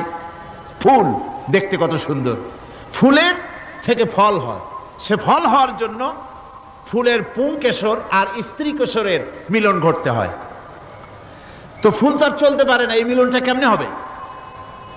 এই জন্য আল্লাহ পাকের রুচি দেখেন, আল্লাহ পাকের রহমত দেখেন, আল্লাহর কুদরত চিন্তা করুন। সুবহানাল্লাহ ওয়া বিহামদিহি। ফুল সুন্দর জিনিস, ফুলের চাইতে আর কিছু সুন্দর আছে নাকি? এত সুন্দর ফুল, এই পুংকেশর এবং স্ত্রী কেশরের বিনিময়টা কে করবে? এইটা করার জন্য আল্লাহ পাক এই দায়িত্ব তেলাপোকাকে দেন নাই, দিছেন নাকি? আরশোলাকে দিছেন, সার পোকাকে দিছেন, উই পোকাকে দিছেন, তাতে ফুলের ইজ্জত নয়। ফুল যেমন সুন্দর, আল্লাহর রুচি, আল্লাহ রাব্বুল আলামিনের সৌন্দর্য বোধ কত বিরাট, কত মহান আল্লাহ পাক ফুল যেমন সুন্দর, ওই সুন্দর ফুলের উপরে তেলা পোকা পড়লে ফুলের সৌন্দর্য নষ্ট হবে। এজন্য আল্লাহ পাক ফুল যেমন সুন্দর, ওই পুংকেশর আর স্ত্রী কেশরের মিলন ঘটাবার জন্য রব্বুল আলামিন সুন্দর প্রজাপতির ব্যবস্থা করেছেন। ফুল যেমন সুন্দর, প্রজাপতিও সুন্দর। প্রজাপতির ডানায় কোন শিল্পী কোন তুলি দিয়ে এত রং লাগালো! সুবহানাল্লাহ বিহামদিহি, সুবহানাল্লাহ বিহামদিহি। কি সুন্দর প্রজাপতি আল্লাহ তৈরি করলেন। আল্লাহ পাক বলছেন, এমনি সুন্দর করে বানালাম, মানুষ বানাইছি। সে মানুষের সৌন্দর্য দেখো, দুইটা চোখ দিলাম দেখার জন্য। চোখ কি জন্য? এখন এই চোখ দুইটা যদি কুমিরের মতো আল্লাহ গোল বানাই দিতেন, চোখ গোল এইরকম কুমিরের মতো, দেখতে বিশ্রী হতো। চোখ দুটোকে আল্লাহ টানা টানা করেছেন, চোখের উপরে ভুরু লাগিয়েছেন, তাতে আবার পশম দিয়েছেন, চোখে পিসি দিয়েছেন, চোখের ভিতরে মণিটা কালো করেছেন, তার চতুর্দিকে সাদা অংশকে নীলাভ করেছেন যাতে কালোটা আরো ফুটে ওঠে। সুবহানাল্লাহ বিহামদি। কত সৌন্দর্য আল্লাহ রাব্বুল আলামিন মানুষকে দিয়েছেন। আল্লাহর রহমতের ওয়াজ সারা বছর করলেও তো ফুরাবে না, এত রহমত, এত দয়া আল্লাহ সুবহানাহু ওয়া তাআলা। মানুষ আল্লাহ কি সুন্দর করে বানালেন। একবার একজন দরবেশ সাহেব রাস্তা দিয়ে যাচ্ছেন, প্রতিমধ্যে তিনি দেখতে পেলেন নদী থেকে এক কলসি পানি নিয়ে এক যুবতী সুন্দরী মেয়ে রাস্তা বেয়ে যেতেছে। দরবেশ সাহেব দাঁড়ায় গেলেন আর ওই যুবতীর দিকে এক নজরে তাকায় আছেন, চোখে পলক দেয় না। এরপরে যুবতী থমকে দাঁড়ায় গেল। আধা বুড়া মানুষ, দাড়ি অর্ধেক পাইকে গেছে, দেখতে দেখায় খুব বুজুর্গ মানুষ, কিন্তু রাস্তায় আমার একা পাইয়া এমনি করে তাকিয়ে আছে আর চোখ দিয়েও তো পানি পড়ে। ব্যাপারটা কি? দরবেশ কাঁদে কেন? প্রতিমধ্যে আমাকে একা পেয়ে দরবেশ কাঁদে কেন, তাকিয়ে আছে কেন? মহিলার চিন্তা জাগলো। শেখ সাদী রহমতুল্লাহ আলাইহি ঘটনা লিখেছেন, বাংলা কবিতার অনুবাদ করেছেন। একদা সুখদায়ক প্রমোদা বদন, দর্শন করি মম ঝরিল নয়ন। হেসে কহে সেরূপসী সবিস্ময় মন, কহ দেখি মহাশয় কহ কি কারণ। বিষয় বিরাগী তুমি ভুবনে প্রচার, কি হেতু জন্মিল তব মানস বিকার। যুবতী মেয়েটি বলছে, ওগো দরবেশ সাহেব, হুজুর সাহেব, আমি একটা যুবতী মেয়ে লোক, রাস্তায় আমাকে একা পেয়ে আপনি আমার দিকে তাকায় আছেন আর কাঁদতেছেন। এই বৃদ্ধ বয়সে ভীমরতি হলে কেন? আমাকে দেখে কাঁদেন কেন আর এক নজরে কেন তাকায়ছেন? কারণটা কি? কি কুমতলব আছে? দরবেশ সাহেব বলছেন, হেসে কহিলাম বালে করহ শ্রবণ, নেত্র ঝরে তবু হেতু ভেব না এমন। হে রূপসী মেয়ে, তোমার জন্য আমি কান্দি, একথা একবারও চিন্তা করো না। যে শিল্পী রচিল এই সুধাংশু বদন, তাহার তরে ঝরে নেত্র নয়নে জীবন। তোমার প্রেম পাওয়ার জন্যে, তোমাকে দেখে লোবাতুর এবং কামুক হয়ে তোমার দিকে তাকায় কান্দি, একবারও ভেব না। আল্লাহর কসম আমি কাঁদতেছি, তোমার এত সুন্দর স্বাস্থ্য আর চেহারা যে আল্লাহ রাব্বুল আলামিন বানায় দিলেন, না জানি সেই আল্লাহ কত সুন্দর।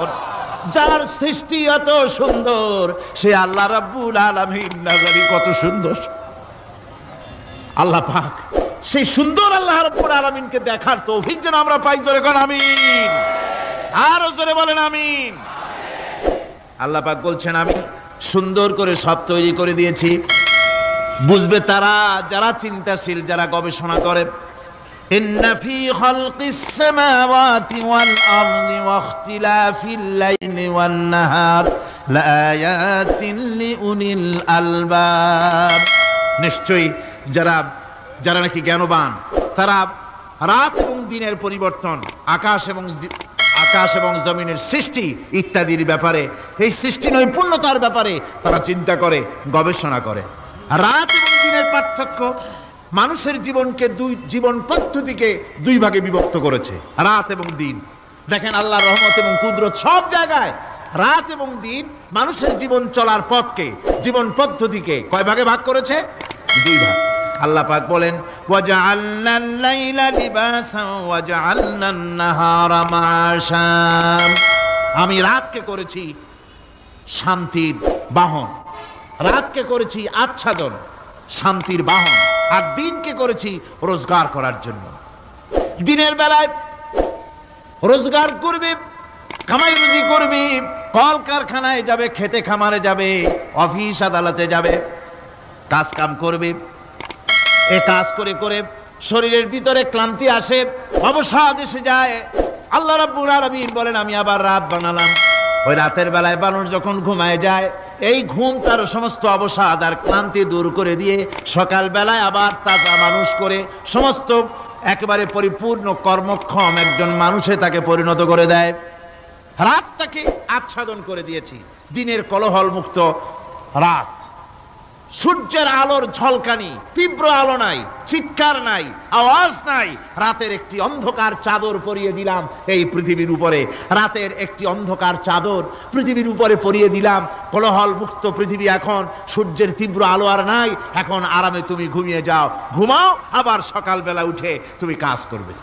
আল্লাহ পাক বলেন আমি এভাবে ومن رحمته جعل لكم الليل والنهار لتسكنوا فيه ولتبتغوا من فضله। আল্লাহর রহমতের ভিতরে এটাও রহমত, আল্লাহর করুণা, আল্লাহর দয়া যে তিনি দিনকে করেছেন রুজি কামার জন্য, রাতকে করেছেন তিনি তোমাদের জন্য ঘুমাবার জন্য, বিশ্রামের জন্য।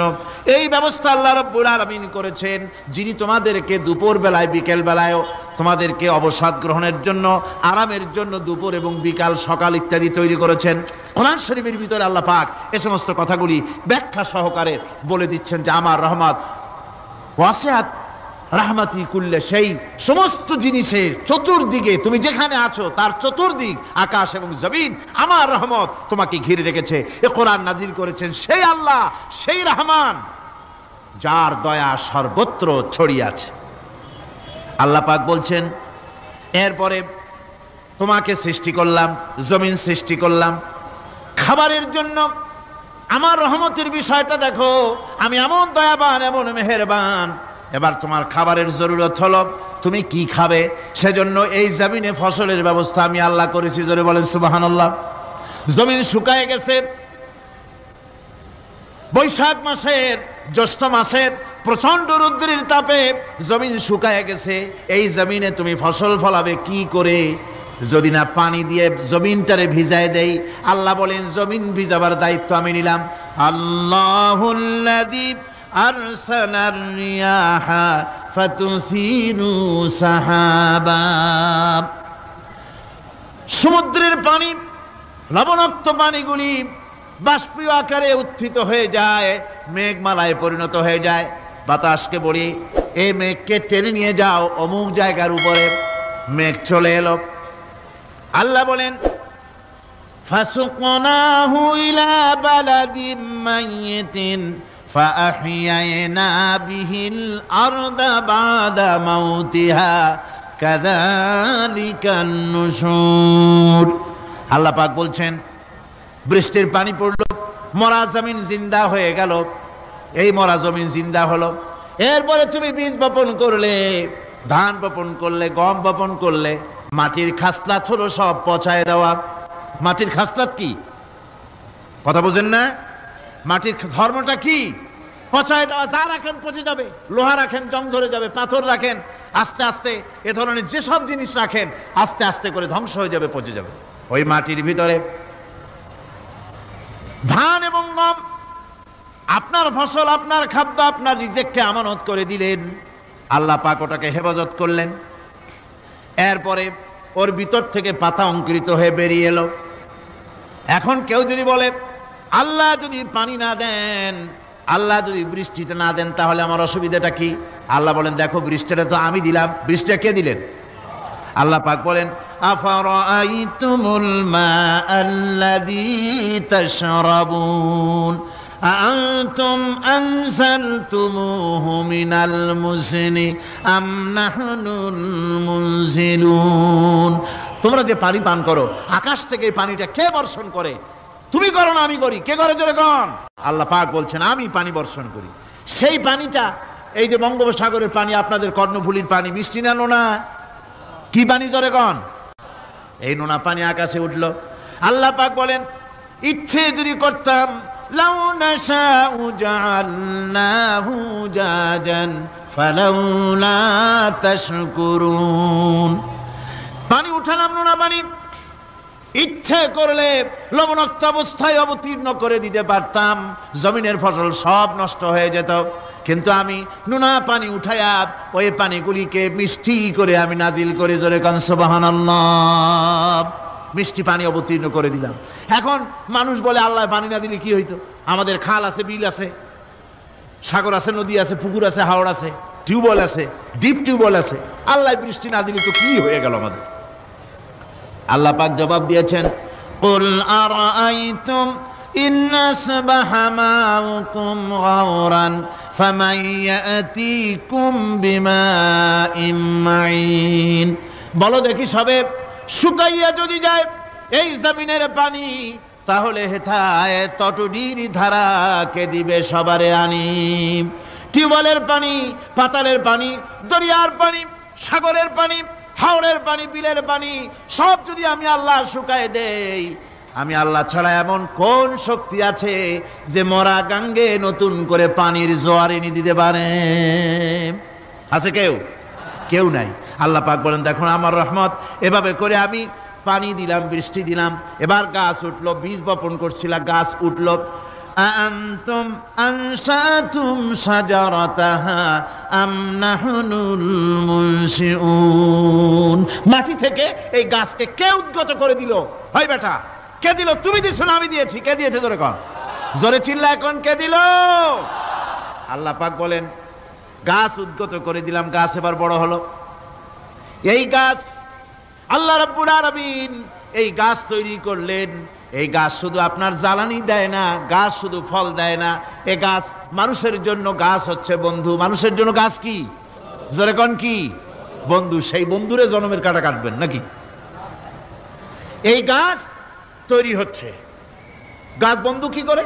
গাছ বন্ধু হচ্ছে আমরা যে শ্বাস প্রশ্বাস নেই, মুখের থেকে নাকের থেকে যে শ্বাসটা ফেলি, সেটা হচ্ছে আমরা গ্রহণ করি বাতাস থেকে অক্সিজেন, ছেড়ে দেয় কার্বন ডাই অক্সাইড। এটা হচ্ছে বিষ। এটা কি? আমরা নিলাম পরিশুদ্ধ অক্সিজেন, নিলাম, ছেড়ে দিলাম এটাকে বিষ করে, এই বিষটা ছড়িয়ে গেল। এখন এই বিষ যদি আল্লাহ পরিশুদ্ধ করার কোনো ফ্যাক্টরি না বানাতেন, তাহলে পৃথিবীর সমস্ত প্রাণী মরে যেত। সুবহানাল্লাহ কইতে ইচ্ছে করে না? আল্লাহ পাক কি ব্যবস্থাটা করলেন! কোন দুনিয়ায় ফ্যাক্টরি নাই, মানুষ যে বিষাক্ত করে দেয় আবহাওয়াকে, সেটাকে রিফাইন করার ব্যবস্থা মানুষের কাছে নাই। আল্লাহ ব্যবস্থা করেছেন কি? আল্লাহ পাক গাছ বানায় দিলেন। গাছের সবুজ শ্যামল রং, ঘাসের সবুজ শ্যামল রং, তার খাদ্য হতেছে আপনি যেটা ছেড়ে দেন, আপনার জন্য যেটা বিষ, সেটা হচ্ছে তার জন্য খাদ্য। কার্বন ডাই অক্সাইড গাছ টেনে নেয়, সারা রাত টানতে থাকে, অক্সিজেন থেকে, বাতাস থেকে সারা রাত টানতে থাকে। কার্বন ডাই অক্সাইড খাবার হিসাবে সে টেনে নেয়। আর দিনের বেলা যখন রোদ ওঠে, সূর্যের উত্তাপ আর গাছের সবুজ রং দুটোতে মিলে এক প্রকারের রন্ধন ক্রিয়া হয়, রাঁধা হয়। সেই রান্নার মাধ্যমে গাছের ভিতর থেকে গাছ আবার অক্সিজেন মানুষের জন্য, প্রাণীর জন্য ছেড়ে দেয়। সুবহানাল্লাহ। তো গাছ আপনার জন্য বন্ধু। একদিকে গাছ আপনার এই কাজ করলো, ফার্নিচার বানাইলো, ছায়া দিল, ফল দিল। আল্লাহ পাক বলেন, এই গাছগুলি কে তৈরি করলো? মিয়া তুমি করছো? না, আমি করছি। আমি আমার রহমত দিয়ে তোমারে গাছ বানাই দিলাম। এরপরে ফসল দিলাম, ফসল হলো, তোমার তরি তরকারি হলো, সব কিছু তোমার হয়ে গেল। এবার ফসল দেখা মানুষে যখন দেখে জমিনে বড় বড় ধানের গোছা হয়েছে, মোটা মোটা ধানের গোছা হয়েছে, মোছে তখন তেল মাখে আর নতুন নতুন গানের আয়োজন করে। এবার ফসল বেশি হয়েছে, গান, থিয়েটার, বাজনা, গুনাগার বিবি, কত রকমের গানের ব্যবস্থা করে ফেলে। জমিনে ফসল আর মোছে তেল মাখে আনন্দে। আল্লাহ রাব্বুল আলামিন বলেন, লাউ নাশাউ লাজআলনাহু হুতামান ফাযান্তুম তাফাক্কাহুন। আমি যদি ইচ্ছে করি তোমার জমিনের সমস্ত ফসলটাকে আমি সম্পূর্ণ কুটায় পরিণত করে দিতে পারি, তুষে পরিণত করে দিতে পারি। পারেন না? ধানের ভিতরে আল্লাহ যদি চাউল না দেন, তাহলে সব তুষ হয়ে যাবে না? তখন কি করবেন আপনারা? কি করবেন? কোন বাংলাদেশ তখন হরতালের দেশ। যখন আপনি দেখলেন যে জমিনে ধানে এবার সব তুষ হইছে, তখন আল্লাহর বিরুদ্ধে হরতাল করেন, লাভ হবে কিছু? লাভ হবে? আল্লাহর বিরুদ্ধে আপনারা অনশন ধর্মঘট করেন, লাভ হবে কিছু? কোনো লাভ হবে না। আল্লাহ রাব্বুল আলামিন বলেন কোনো লাভ হবে না, বরং তোমরা তখন বলবে ইন্না লামুগরামুন বাল নাহনু মাহরুমুন। কপালে তখন আঘাত করবে, পরাঘাত করতে থাকবে আর বলবে যে আরে কপাল পোড়া হয়ে গেলাম, হতভাগ্য হয়ে গেলাম, বঞ্চিত হয়ে গেলাম, আল্লাহর রহমত থেকে সর্বনাশ হয়ে গেল। তখন কপালে আঘাত করা ছাড়া আর কিছুই করতে পারবে না। আল্লাহর বিরুদ্ধে মিছিল চলে না, সমাবেশ চলে না, বিক্ষোভ চলে না, হরতাল চলে না। মহান আল্লাহ রাব্বুল আলামিন বলছে দেখো এইভাবে করে তোমার ফসলের ব্যবস্থা আমি আল্লাহ করেছি। আমি রহমান, আমি আল্লাহ পাক কি এমন রহমান। আজ জমিনে ফসল বৃদ্ধির জন্য ইউরিয়া, সুপার সালফেট, সালফার সারের ব্যবস্থা হয়েছে, নানান জাতের সারের ব্যবস্থা হয়েছে।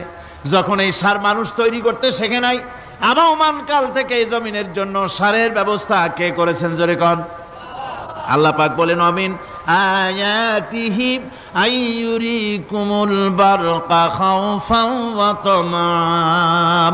আমার অসংখ্য নিদর্শনাবলীর মধ্যে এটাও একটি নিদর্শন যে আকাশে বিদ্যুৎ চমকে মেঘের গর্জন হয়। এই যে বিদ্যুৎ চমকে গর্জন হয়, এর মধ্যে রয়েছে মানুষের জন্য ভীতি এবং আশা। তারা ভয় পায়, আর এর মধ্যে আশাও রয়েছে। আশাটা কি? আশা হচ্ছে এই যে বিদ্যুৎ যে বছর যত বেশি চমকায় মেঘে, সে বছর জমিনে ফসল তত বেশি বাড়ে। কৃষিবিদরা বলেছেন বিদ্যুৎ যত বেশি চমকায় জমিনের ফসল তত বেশি বাড়ে। সুবহানাল্লাহি ওয়া বিহামদিহি। এর একটা সিস্টেম আছে, সেই সিস্টেম অনুযায়ী আল্লাহ জমিনে ফসল বাড়ায় দিলেন। আল্লাহ ফসল দিলেন, এবার আপনার আল্লাহ পাক বলছেন দেখো ফসল দিলাম, ধান হলো, চাউল হলো, মাছ হলো, গোশ হলো, সব হয়ে গেছে, এখন তুমি খাবে। রান্না বান্না হয়ে গেল, রহমত আমার দেখো, আমার রহমতটা দেখো। এ কোরআন শিখাইছেন সেই আল্লাহ রাব্বুল আলামিন যার নাম রহমান। জোরে বলেন তার নাম কি? রহমান। চাউল হয়ে গেছে, চাউল তো শুধু ভর্তা বানায় খাওয়া যাবে না, ভাত হয়েছে, আটা দিয়া রুটি তৈরি হয়েছে, কি দিয়া খাবেন? আল্লাহ রাব্বুল আলামিন আপনার পুকুরের ভিতরে মাছ দিয়া দিলেন, জন্তু জানোয়ার দিলেন, চার পায়া জানোয়ারের গোশত হালাল করে দিলেন, পাখির মাংস আল্লাহ রাব্বুল আলামিন হালাল করে দিলেন। এখন মাছ হলো, গোশ হলো, মাছ আর গোশ সিদ্ধ করে খাওয়া যাবে? জোরে বলেন যাবে? যাবে না। তার গন্ধ নষ্ট করতে হবে আর সুঘ্রাণ সৃষ্টি করতে হবে। এই গন্ধ নষ্ট করে সুঘ্রাণ সৃষ্টি করার জন্য লবঙ্গ তৈরি করলেন কে? কথা কন না কেন? এলাচি কার? দারচিনি কার? লবণ কার? মরিচ কার? হলুদ কার? পিএস কার? সুবহানাল্লাহি ওয়া বিহামদিহি। এত নিয়ামত আল্লাহ রাব্বুল আলামিন বলেন ওয়া ইন তাউদ্দু নি'মাতাল্লাহি লা তুহসুহা। আমার নিয়ামত গণনা করে করে আমার নিয়ামত গুণে শেষ করতে পারবে না, এত নিয়ামত আমি দান করেছি। এরপরে তরি তরকারি হলো, মাছ গোশ খেতে খেতে অস্থির হয়ে যাবে, তারপরে তরি তরকারি দিলাম, শাক সবজি দিলাম, সব কিছু আমি আল্লাহ রাব্বুল আলামিন দিয়েছি। আমার নাম রহমান, তোমার সমস্ত প্রয়োজন আমি দিয়েছি, মিটাই দিয়েছি। এবার তরি তরকারি হলো আর মানুষ তরি তরকারি খাইলো, আল্লাহ শুকর আদায় করলো না। শুকর আদায় করে? করে না। এত সুন্দর মজার কদু, সেই কদু খায়, আর কদু খাইয়া মোসে তাও মারে আর বলে স্বাদের লাউ বানাইলো বৈরাগী। আল্লাহ শুকর আদায় করে, আল্লাহর নিয়ামতের শুকরিয়া আদায় করে না। আমার ভাইয়েরা, আল্লাহ রাব্বুল আলামিন বলেন এই পৃথিবীর আমি রহমান, কোরআন আমি শিখাইছি আমি রহমান। এমন রহমান শুধু মানুষকে খাবার দেই না, এই পৃথিবীর সকল প্রাণীকে আমি খাবার দেই। জোরে কান সুবহানাল্লাহ। সকল প্রাণীর খাবার কে দেন? ওয়ামা মিন দাব্বাতিন ফিল আরদি ইল্লা আলাল্লাহি রিজকুহা। এই পৃথিবীর বুকে এমন কোনো বিচরণশীল জীব নাই যে জীবের রিজকের দায়িত্ব আমি আল্লাহ গ্রহণ করি নাই। সমস্ত রিজকের দায়িত্ব কে নিয়েছেন? চিল্লায় কোন? আল্লাহ সুবহানাহু ওয়া তাআলা। আচ্ছা আপনি কোন তো দেখি, একজন জমিদার, একজন বড় লোক, চৌধুরী, খুব বড় লোক, তার বাড়িতে 20 জন লোক গেছে রাতের বেলায়। রাতের বেলায় 20 জন লোক গিয়ে মেহমান হইল। মেহমান হইয়া তারা বলতেছে সাহেব আমরা তো মেহমান, আমি এক একজন এক এক রকমের খাবার চাইলো। একজনে বলল আমি হরিণ খাবো, আর একজনে কয় আমি মুরগি খাবো, আর একজনে বললো আমি খরগোশ খাবো, আর একজনে বললো আমি হাতি খাবো, আর একজনে বললো আমি ছাগল খাবো। 20 জন মানুষে 20 রকমের খাবার চাইলো। একজনে কয় বোয়াল মাছ খাবো, আর একজনে কয় রুই মাছ খাবো। 20 জনে 20 রকমের খাবার দাবি করলো। বলেন জমিদার তো বাড়ির ধারে, জমিদারের বাপ, সেও কি পারবে 20 জনকে 20 রকমের খাবার পরিবেশন করতে? কোন প্রস্তুতি ছাড়া পারবে? পারবে। কোন প্রস্তুতি ছাড়া, কোন প্রস্তুতি ছাড়া জমিদার হোক রাজা বাদশাহ হোক 20 জন মানুষের খাবার 20 রকমের দিতে পারে না। আর আল্লাহ এমন রহমান, এই পৃথিবীর লক্ষ কোটি কোটি জাতির প্রাণীকে কোটি কোটি রকমের খাবার আল্লাহ রাব্বুল আলামিন পরিবেশন করতেছেন। সাপের খাবার একরকম, ব্যাঙের খাবার আর এক রকম। ব্যাঙে যা খায় সাপে তা খায় না, সাপে যা খায় ব্যাঙে তা খায় না। হাতির খাবার, গন্ডারের খাবার, ভল্লুকের খাবার, বাঘের খাবার, সিংহের খাবার, মানুষের খাবার, ছাগলের খাবার, মুরগির খাবার, মশার খাবার, সারবোকার খাবার, সমস্ত খাবার ভিন্ন ভিন্ন। আবার সমস্ত খাবারের মজা আল্লাহ রাব্বুল আলামিন আলাদা আলাদা করে দিয়েছেন। এমন রহমান, আপনার পেট ভরবেন শুধু স্বাস্থ্য বানাবার জন্য, পেট ভরে খাওয়া দরকারটা ছিল। আল্লাহ পাক দেখলেন যে না, শুধু পেট ভরলে তো এরকম খাইতে চাইবে না, তাই আল্লাহ রাব্বুল আলামিন জিহ্বা দিয়ে দিলেন যাতে করে মজা লাগে আর খায়। সব রকমের মজা, এক এক গোশতে, এক এক মাছে, এক এক তরকারিতে এক এক রকম মজা না, সব রকম মজা, সব একরকম মজা, ভিন্ন ভিন্ন রকমের মজা। আল্লাহ পাক বলেন আমি রহমান, দেখো আমি কিভাবে খাওয়াই। ওয়া কাইয়্যিম মিন দাব্বাতিন লা তাহমিলু রিজকুহা আল্লাহু ইয়ারযুকুহা ওয়া ইয়্যাকুম। এই পৃথিবীতে এমন অনেক বিচরণশীল জীব আছে যে প্রাণীরা নিজের জন্য কোনো সঞ্চয় করে না, সঞ্চয় করে শুধুমাত্র পৃথিবীর মানুষ। আর পিঁপড়ায় কিছু সঞ্চয় করে। অন্যান্য বহু প্রাণী আছে যাদের কোনো সঞ্চয় নাই। কি বলেন, পাতিশিয়ালের কোনো ব্যাংকে অ্যাকাউন্ট আছে নাকি? না। শীতের মৌসুমে পাতিশিয়াল আইসা ব্যাংকের ম্যানেজারকে বলে না যে কয়েকটা মুরগি আনছি, আমার নামে একটা অ্যাকাউন্ট ওপেন করেন, বৃষ্টির সময় আমি যেন ওগুলো উঠাইয়া পাইকারি দরে খাইতে পারি। ওর কোনো খাবার নাই, সঞ্চয় নাই। এ ধরনের পাখির সঞ্চয় নাই, পশুর সঞ্চয় নাই। মহান আল্লাহ রাব্বুল আলামিন তিনি বলছেন, সকালবেলায় পাখি তার বাসা দিয়া ক্ষুধার্ত পেট নিয়ে পাখিগুলি উড়ে চলে যায়। সাপ তার গর্ত থেকে বের হয় খালি পেটে, পাতি শৃগল খাঁটি পেট নিয়ে গর্ত থেকে বেরিয়ে যায়। তিমির মতো অত বড় প্রকাণ্ড প্রাণী, হাতির মতো প্রকাণ্ড প্রাণী, গরিলা, শিম্পাঞ্জি, ওরাংওটাং, পিঁপড়া থেকে শুরু করে নিয়ে প্রকাণ্ড তিমি পর্যন্ত সমস্ত প্রাণীগুলি সকালবেলায় খালি পেটে বেরিয়ে যায়। সারাদিন ঘোরাঘুরির পর আল্লাহ সুবহানাহু ওয়া তাআলা বলেন, সন্ধ্যাবেলায় সমস্ত প্রাণীর পেটগুলি ভরে আমি আল্লাহ তাদের বাসায় ফিরাইয়া দেই। আমি রহমান, এভাবে করি আমি আল্লাহ রাব্বুল আলামিন খাবারের বন্দোবস্ত করি, পড়ার বন্দোবস্ত করি, থাকার ব্যবস্থা করি। ইয়া আইয়ুহান নাসু যকুরু নি'মাতাল্লাহি আলাইকুম হাল মিন খালিকিন গায়রুল্লাহ ইয়ারযুকুকুম মিনাস সামাই ওয়াল আরদ। ও পৃথিবীর মানুষেরা, ওই আল্লাহর স্মরণ করো, আল্লাহর নিয়ামতের শুকরিয়া আদায় করো যে আল্লাহ তোমাকে আকাশ থেকে জমিন থেকে রিজিক দেন। ওই আল্লাহ ছাড়া আছে কি কেউ যে তোমাকে আকাশ থেকে রিজিক দেয়, জমিন থেকে রিজিক দেয়? লা ইলাহা ইল্লা হুয়া ফাআন্না তুফাকুন। ওই আল্লাহ ছাড়া কোনো ইলাহা নাই, কেন তোমরা বিভ্রান্ত হও? সেই আল্লাহর দিকে ফিরে আসো। আল্লাহ বলছেন, এভাবে আমি সমস্ত পৃথিবীর মানুষের রুজি রুটির বন্দোবস্ত করি, সমস্ত প্রাণীর রুজি রুটির ব্যবস্থা করি, আমি সেই রহমান। সুবহানাল্লাহ বিহামদি। ওয়া ইলাহুকুম ইলাহুন ওয়াহিদ লা ইলাহা ইল্লা হুয়ার রাহমানুর রহিম। এই হচ্ছেন তোমাদের আল্লাহ। সুবহানাল্লাহ। আল্লাহ বলছেন, ওয়া ইলাহুকুম ইলাহুন ওয়াহিদ, তিনি হচ্ছেন এক আল্লাহ, এক ইলাহ, যিনি ছাড়া কোনো ইলাহা নাই, তিনি হচ্ছেন রহমান।